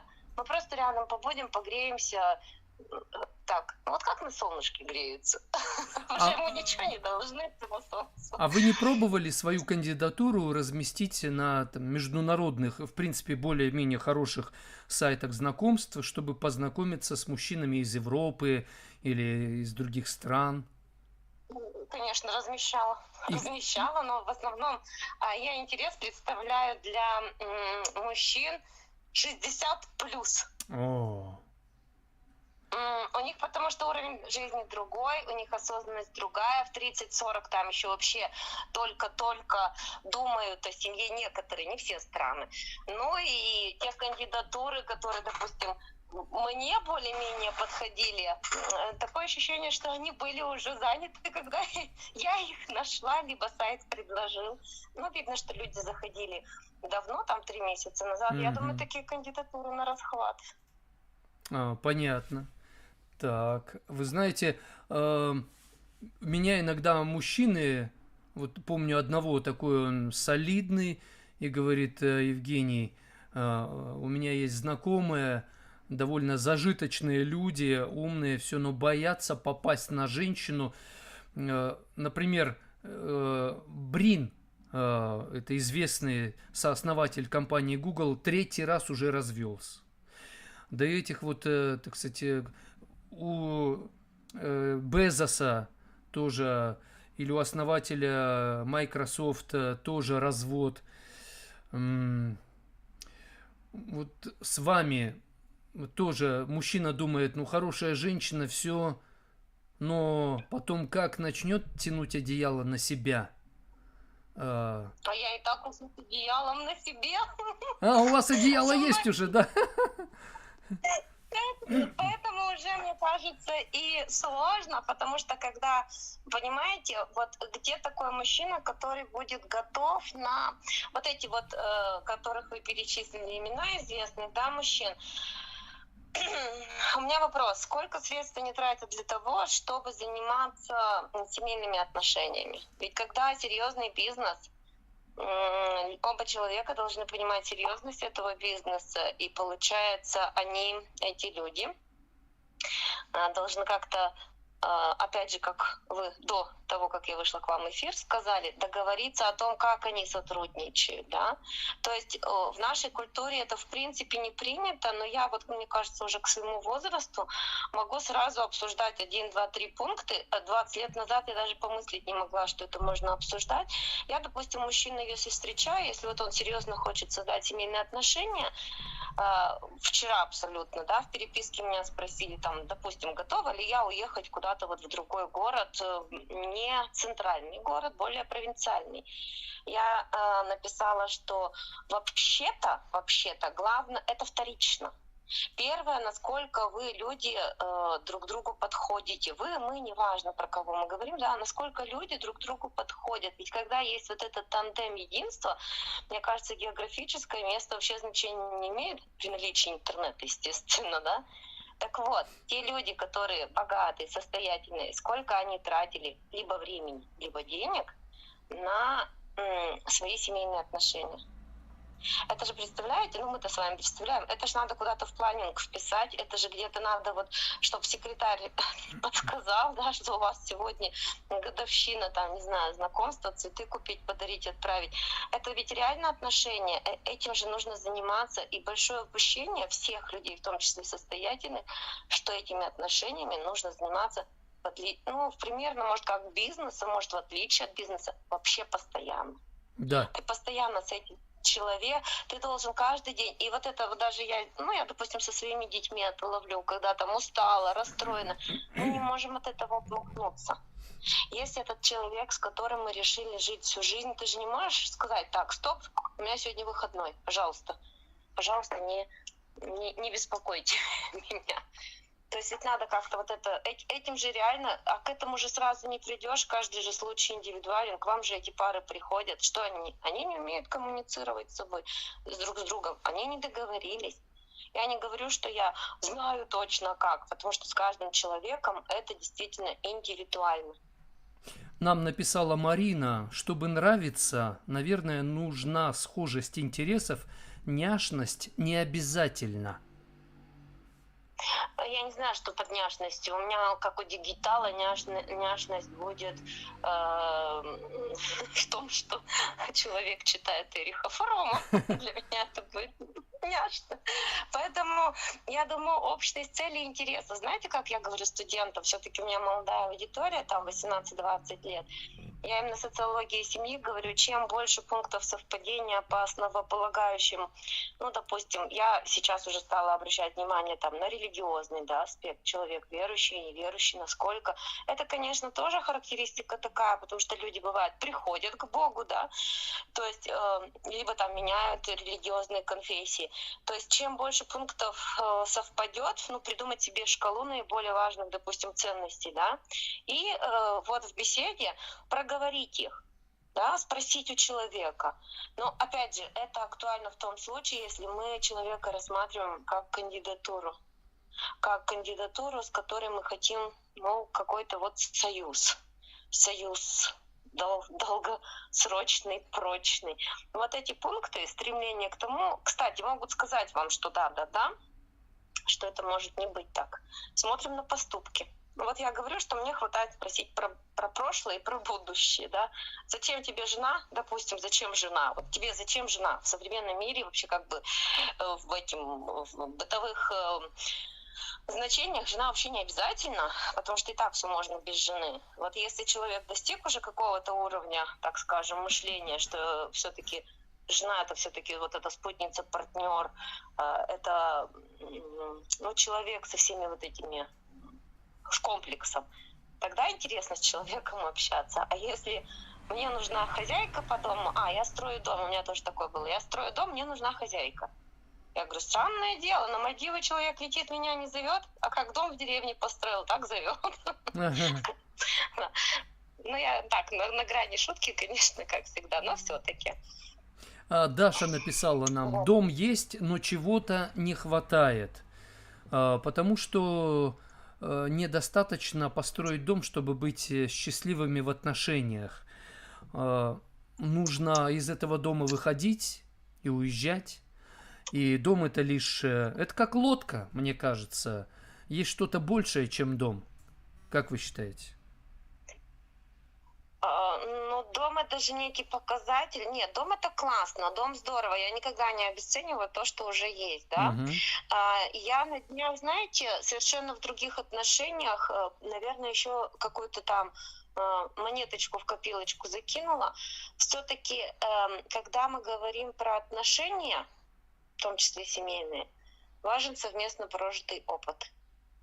Вместе ли строили, обсуждали ли этот дом. И наличие, конечно, еще планов. То есть, когда люди перестают чего-то хотеть, это, я считаю, не очень хорошо. То есть планы какие-то совместные должны быть просто вот, ну, на одном месте. Оно, конечно, ну, редко есть такие люди, которые достигли и, скажем, упиваются достигнутым уровнем счастья, да, такое тоже бывает, я тоже таких видела. Но вот если вот есть движение и еще какие-то цели совместные, может быть, они там детей поднимают, внуков, там, в этом смысл жизни, да, передать опыт, такие тоже люди есть. Дом — это только один из, ну, так скажем, граней. Это А, классно, это здорово, но это же только одна грань. А где вот это вот то, что я говорила про богатых? Где вы занимаетесь только как семья, да? Где ваши семейные? А у нас много. У нас есть супружеские отношения, у нас есть семейные отношения. То есть у нас, мне кажется, пока еще, при всем уважении, не развита вот эта культура, что есть сексуальные партнеры, есть вот эта вот социальная составляющая, да, что мы семья, есть партнеры вот эти жизненные. Мне кажется, мало кто из, ну, обывателей, в принципе, задумывается о вариантах этих градаций. Ну, мы е- просто еще пока не обучены. Я вынужден был за последние 3 месяца вместе со своей женой и 3 детьми поменять около 9 или 10 мест физического жительства. То одна Мгм. квартира, то другая, то третья. И в какой-то момент мы вдруг стали понимать, что наш дом – это там, где мы вместе. Мы приносим Мгм. атмосферу в любое место. Нам это так нравится. И, кстати, окружающие это тоже они замечают. Говорят, вот вы переехали туда, мы к вам приходим, и мы приходим в ту же самую атмосферу. Неважно, то есть, где это. Это людям нравится, и нам тоже. Но это, конечно, атмосфера, она не возникает просто так, да, мы ее формировали. А, Но вы ее и поддерживаете, О, понимаете, если у да, вас уже выработан какой-то опыт, у вас есть вот эти вот, может, какие-то традиции, да. приемы, методы. Поэтому вот у нас недооценка. Ну, живем и живем. Вот я когда спрашиваю некоторых людей, а что важно, по какому принципу живете, а что вот у тебя в жизни, какой интерес, да? Ну, живу и живу. Да. Окей. Я ведь не принижаю нисколько этих людей, да, каждый у нас как бы, ну, живет так, как понимает. И поэтому я спокойно отношусь, ну, окей, хорошо, хорошо. Некоторые, наоборот, вот если вы там про сайты знакомств, некоторые мужчины так и пишут: Наталья, вам, наверное, будет неинтересно с человеком, у которого нет высшего образования. То есть есть эти осознанные люди. Хороший вопрос задает Наталья Владимировна. А когда встретил свою вторую половинку, как проверить, что это именно твоя половинка? Ну, во-первых, половинки здесь не совсем подходят. Мне Да, кажется, у меня как раз был один тип отношений, где я, ну, сколько там, 2 года назад я, да, заходила в отношения, в такие более-менее, с претензией на серьезность.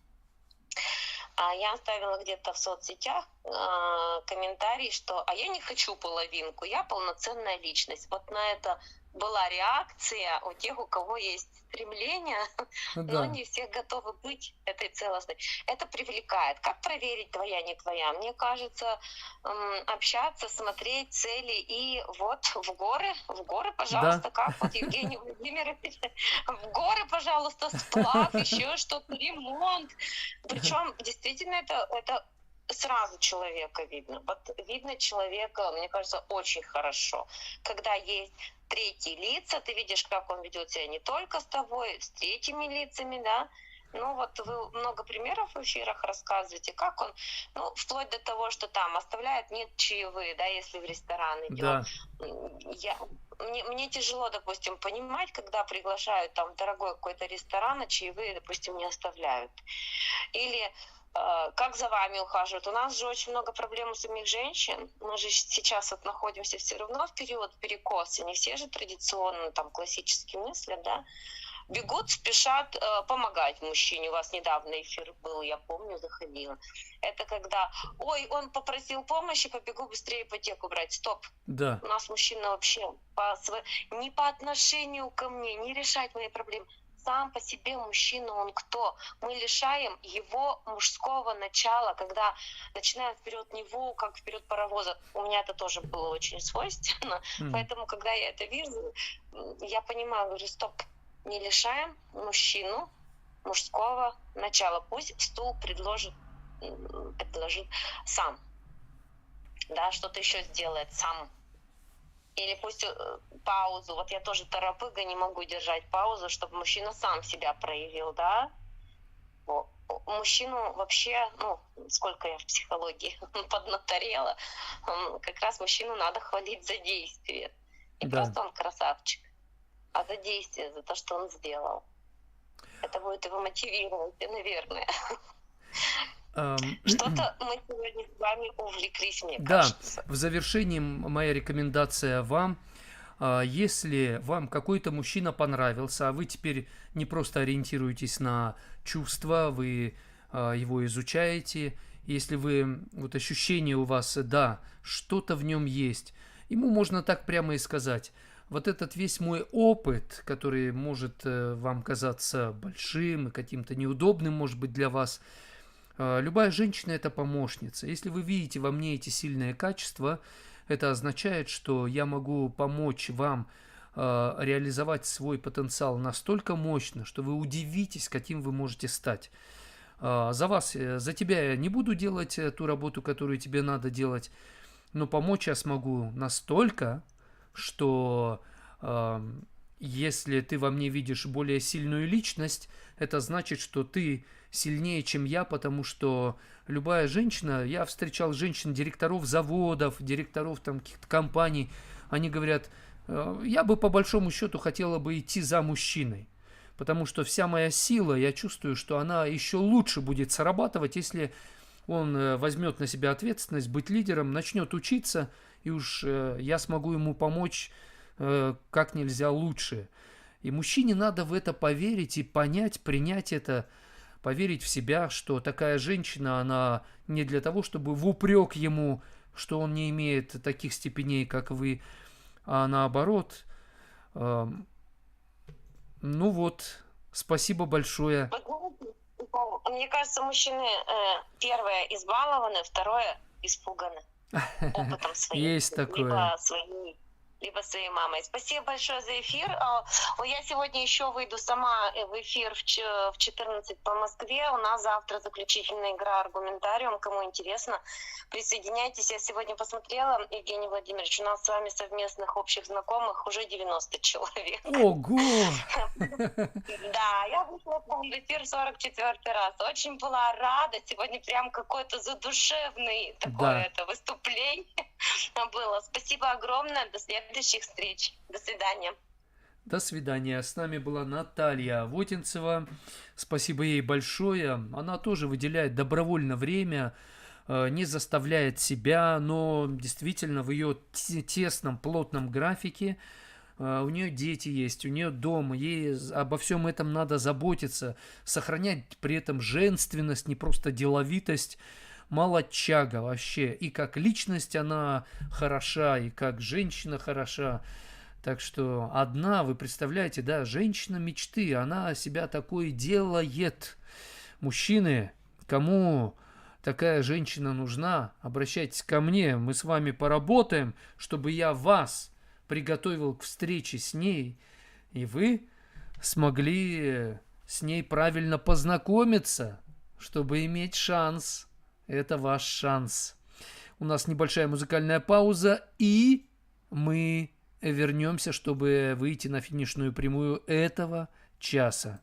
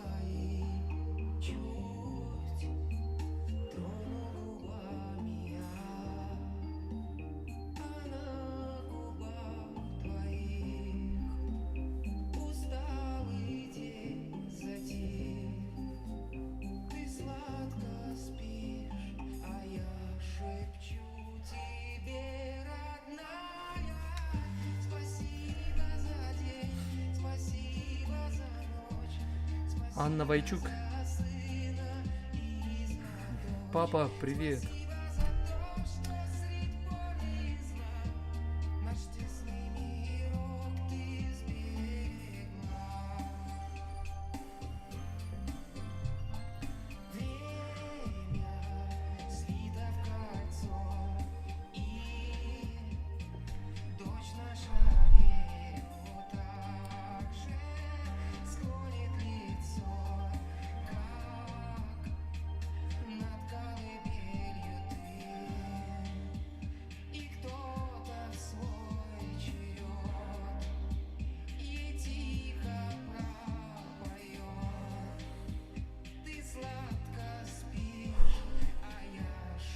Шепчу тебе, родная, спасибо за ночь.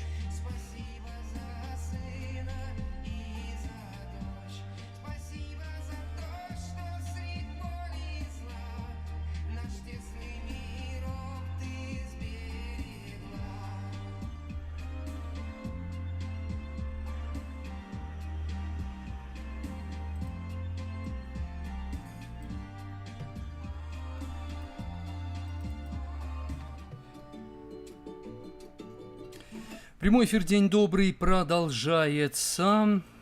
У нас немного времени остается.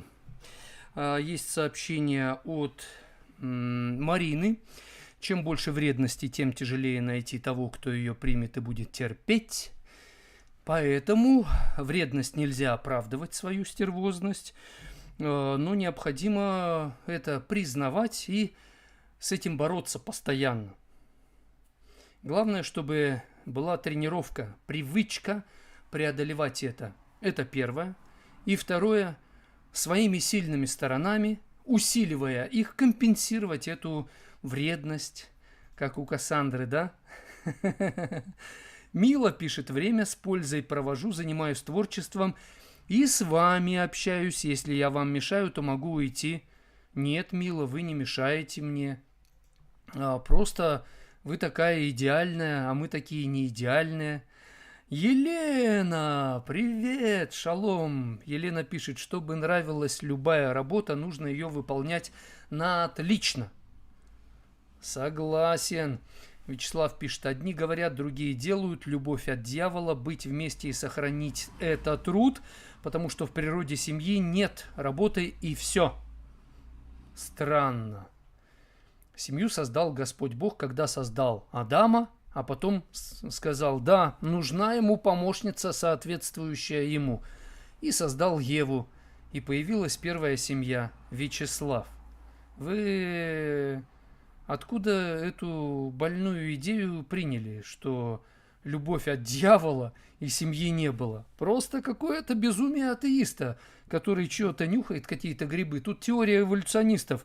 Грибов нанюхались и придумали теорию.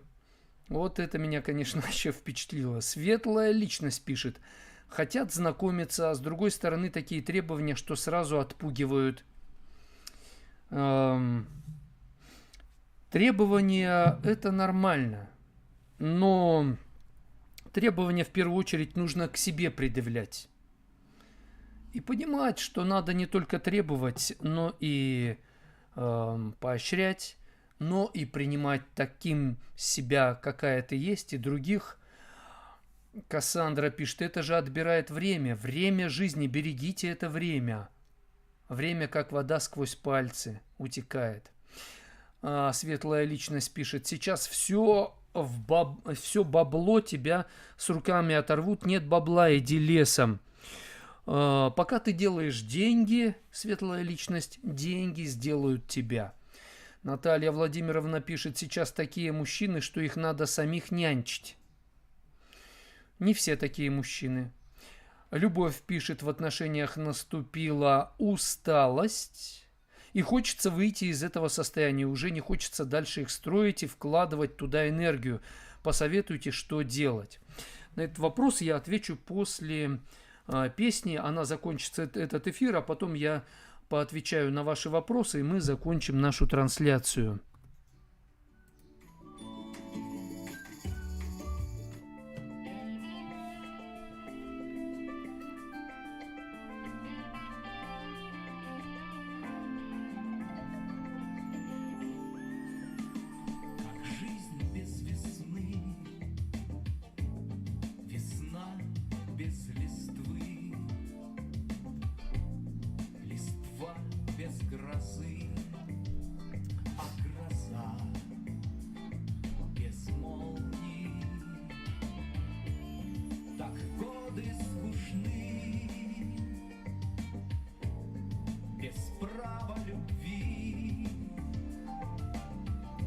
Да, Наталья. Глядеть на призы Наталья Николаевна, или стол. спасибо вам за участие. Так годы скучны. Ныв или стон. Безмолвный дворник. Увы, не предскажешь беду. Зови, я удар отведу. Пусть голову сам за это отдам. Хорошо. Гадать о цене не по мне. Любимая.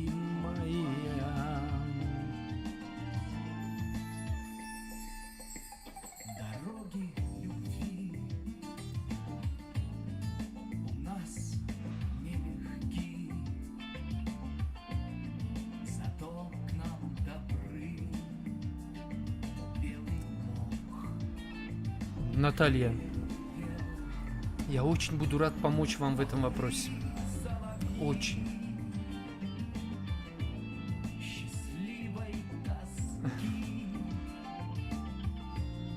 и весны щедры. Чтобы у вас была семья, муж, чтобы вы... На север к нам. Мы с моей женой сильно порадуемся этому. Счастливой Мы- тоски и весны щедры, возвратясь на север к нам.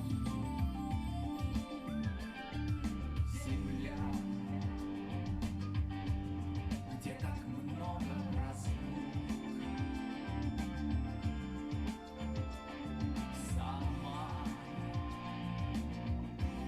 повенчает нас вдруг.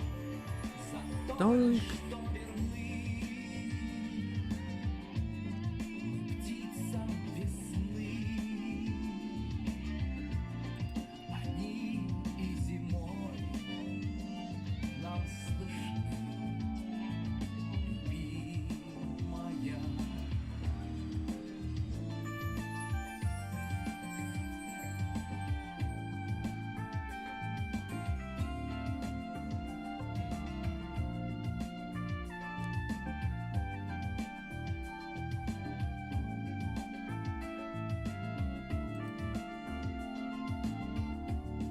На-на.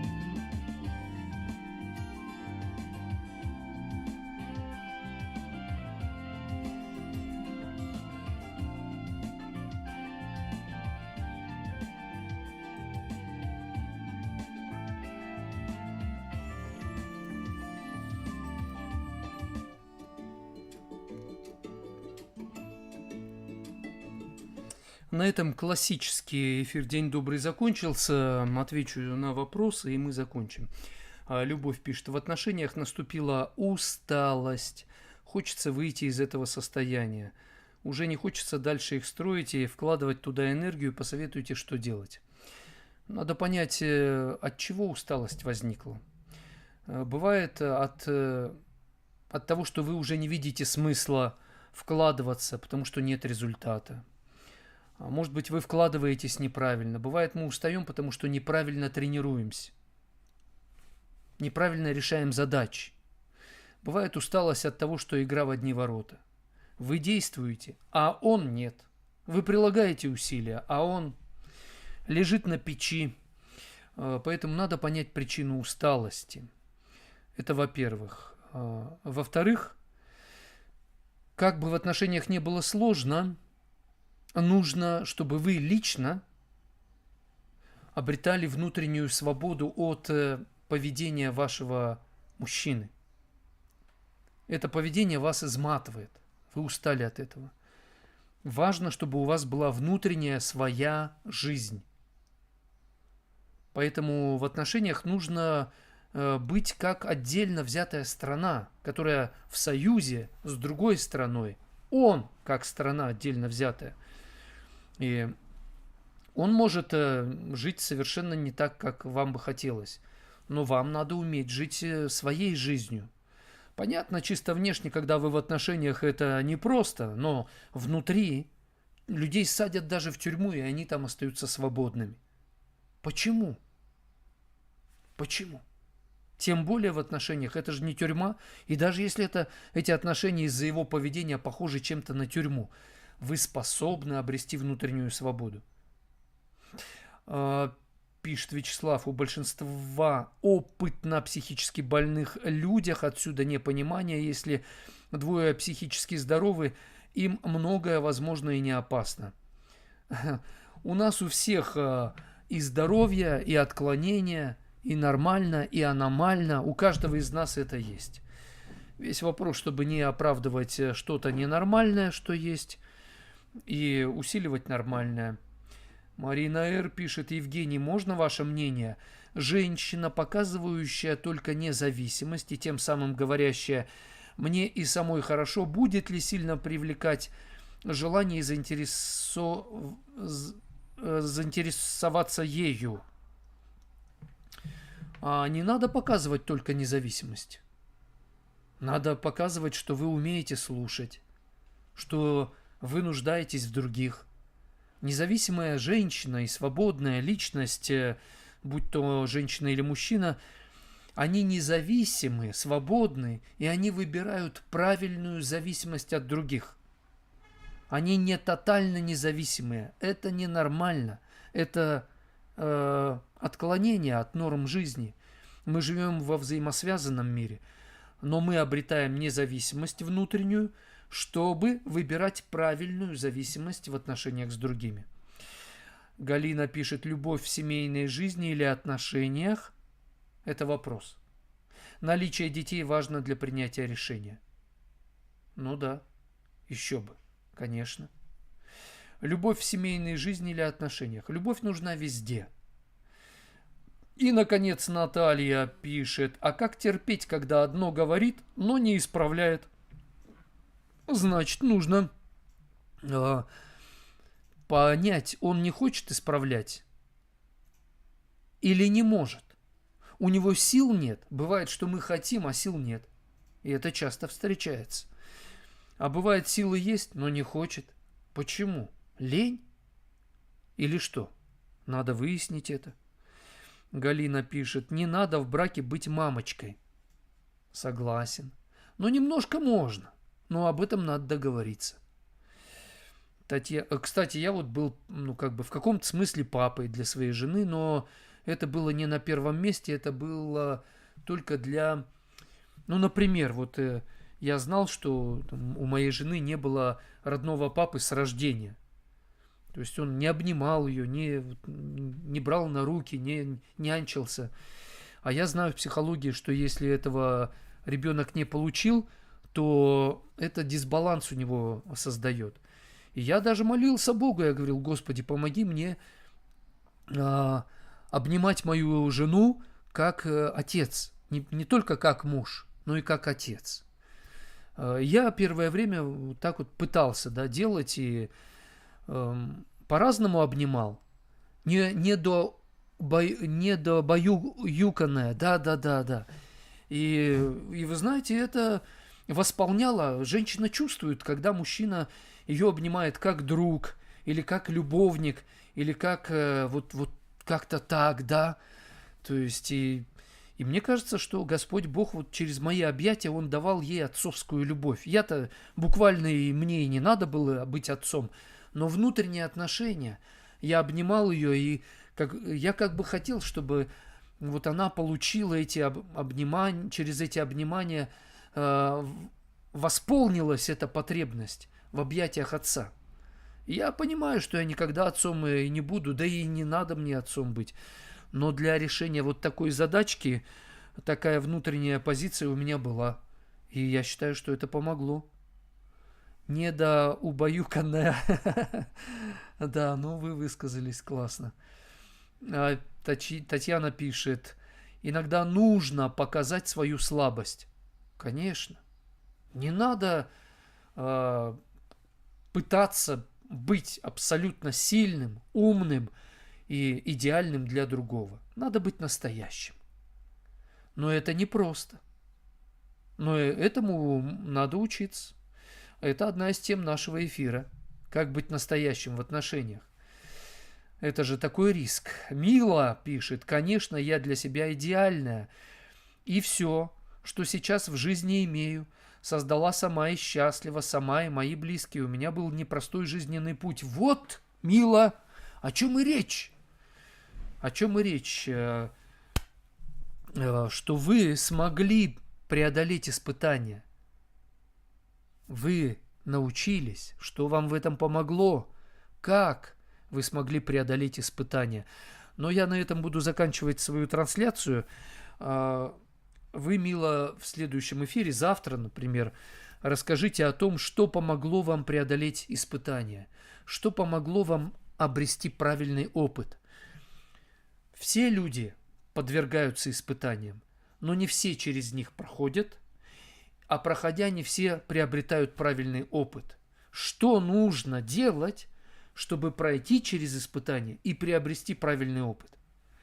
Крутая тема, да, для отдельного эфира. Завтра, дамы и господа, в первом часе мы потолкуем на тему «Не подавляйте чувства, но учитесь ими управлять».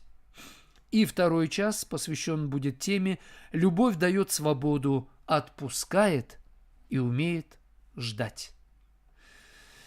Часто я просто слышал фразу: «Да, я его отпустила, пусть идет на все 4 стороны, шаляй-валяй».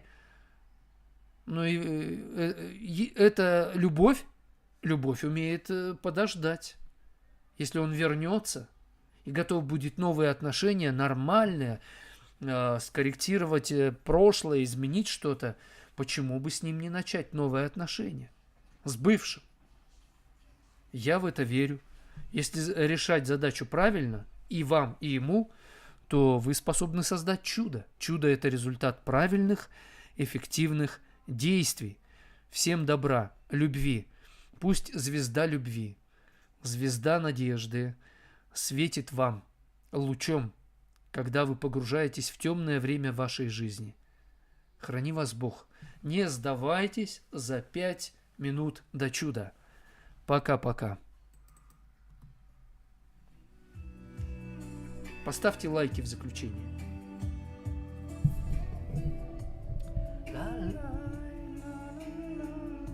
А где Витас вообще? Где-нибудь поет? Мне кажется, нет. Говорят, он сломался когда-то морально.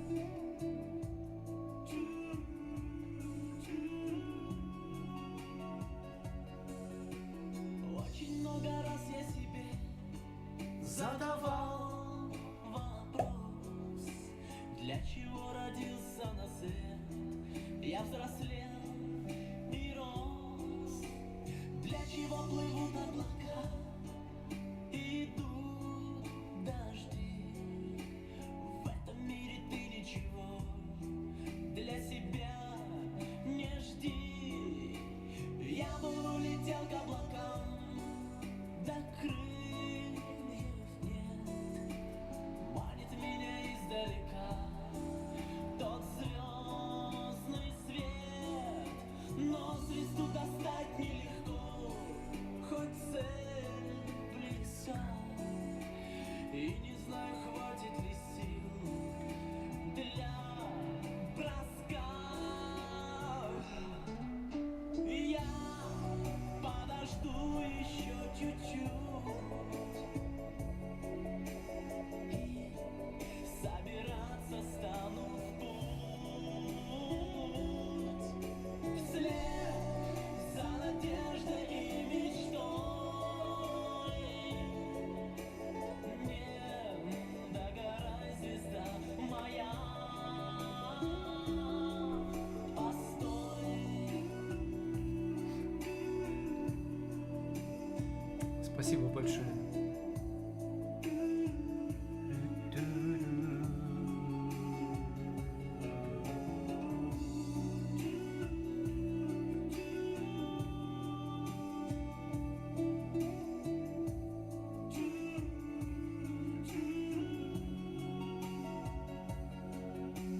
Сколько же еще мне дорог Предстоит пройти Сколько покорить мне вершин, чтоб себя найти. Сколько же с отвесной скалы Мне падать вниз Сколько начинать все с нуля. и есть Ли смысл?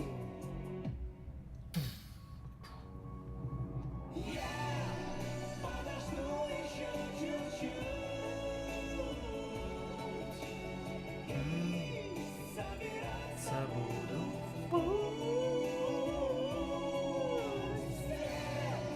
за надеждой и мечтой. Нет, догорай, звезда моя, постой.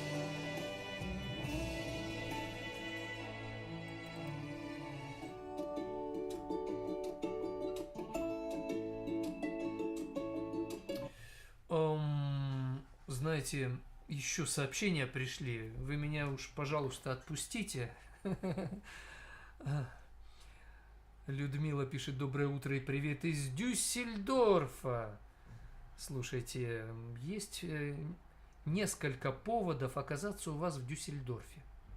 Может быть, вы приглашение пришлете, потому что я уже был в вашем городе, и можно было бы провести встречи, такие, знаете, вот вечерние или семинары, индивидуальные консультации. Подумайте. Вячеслав пишет: про детей. Это огромный труд. Почему я говорю о приглашении, кстати? Потому что тогда можно оформить визу. Потому что без приглашения какой повод, да? А так повод. Если еще и вы пришлете, так сказать, коллективно там подпишетесь, или от своей организации, или церкви, или от чего, то тогда это будет проще сделать. Приложим усилия совместные. Итак, про детей. Это огромный труд. Лентяи заводят посиделок и отговорки. Иногда лентяй, а иногда это очень необходимо. И нужна сиделка. И нормально. Вот, например, Александр Сергеевич Пушкин. «Ты жива еще, моя старушка». Это же он писал о своей сиделке. Да, это вот бабушка, которую пригласили, чтобы она такое влияние на него оказала. И человечество получило такое. Поэтому не надо так все под одну гребенку. Алексей пишет: не понимаю этого. Я не могу быть отцом, если я муж. Не могу быть Богом, если я человек. И не могу быть кесарем, если ничем не управляю. Алексей, в каком-то смысле вы способны быть и отцом, и Богом, и кесарем. Вы можете быть кем угодно для решения каких-то задач. Сам Господь Бог, когда-то Иисус Христос сказал своим ученикам и тем, кто верит: будьте совершенны, как совершенен Отец ваш Небесный. Он сказал это несовершенным людям, грешным, слабым. Он неспроста это сказал. Вот вам и задачка. Подумайте, Алексей, почему он так об этом сказал. Всем пока, до свидания, до завтра.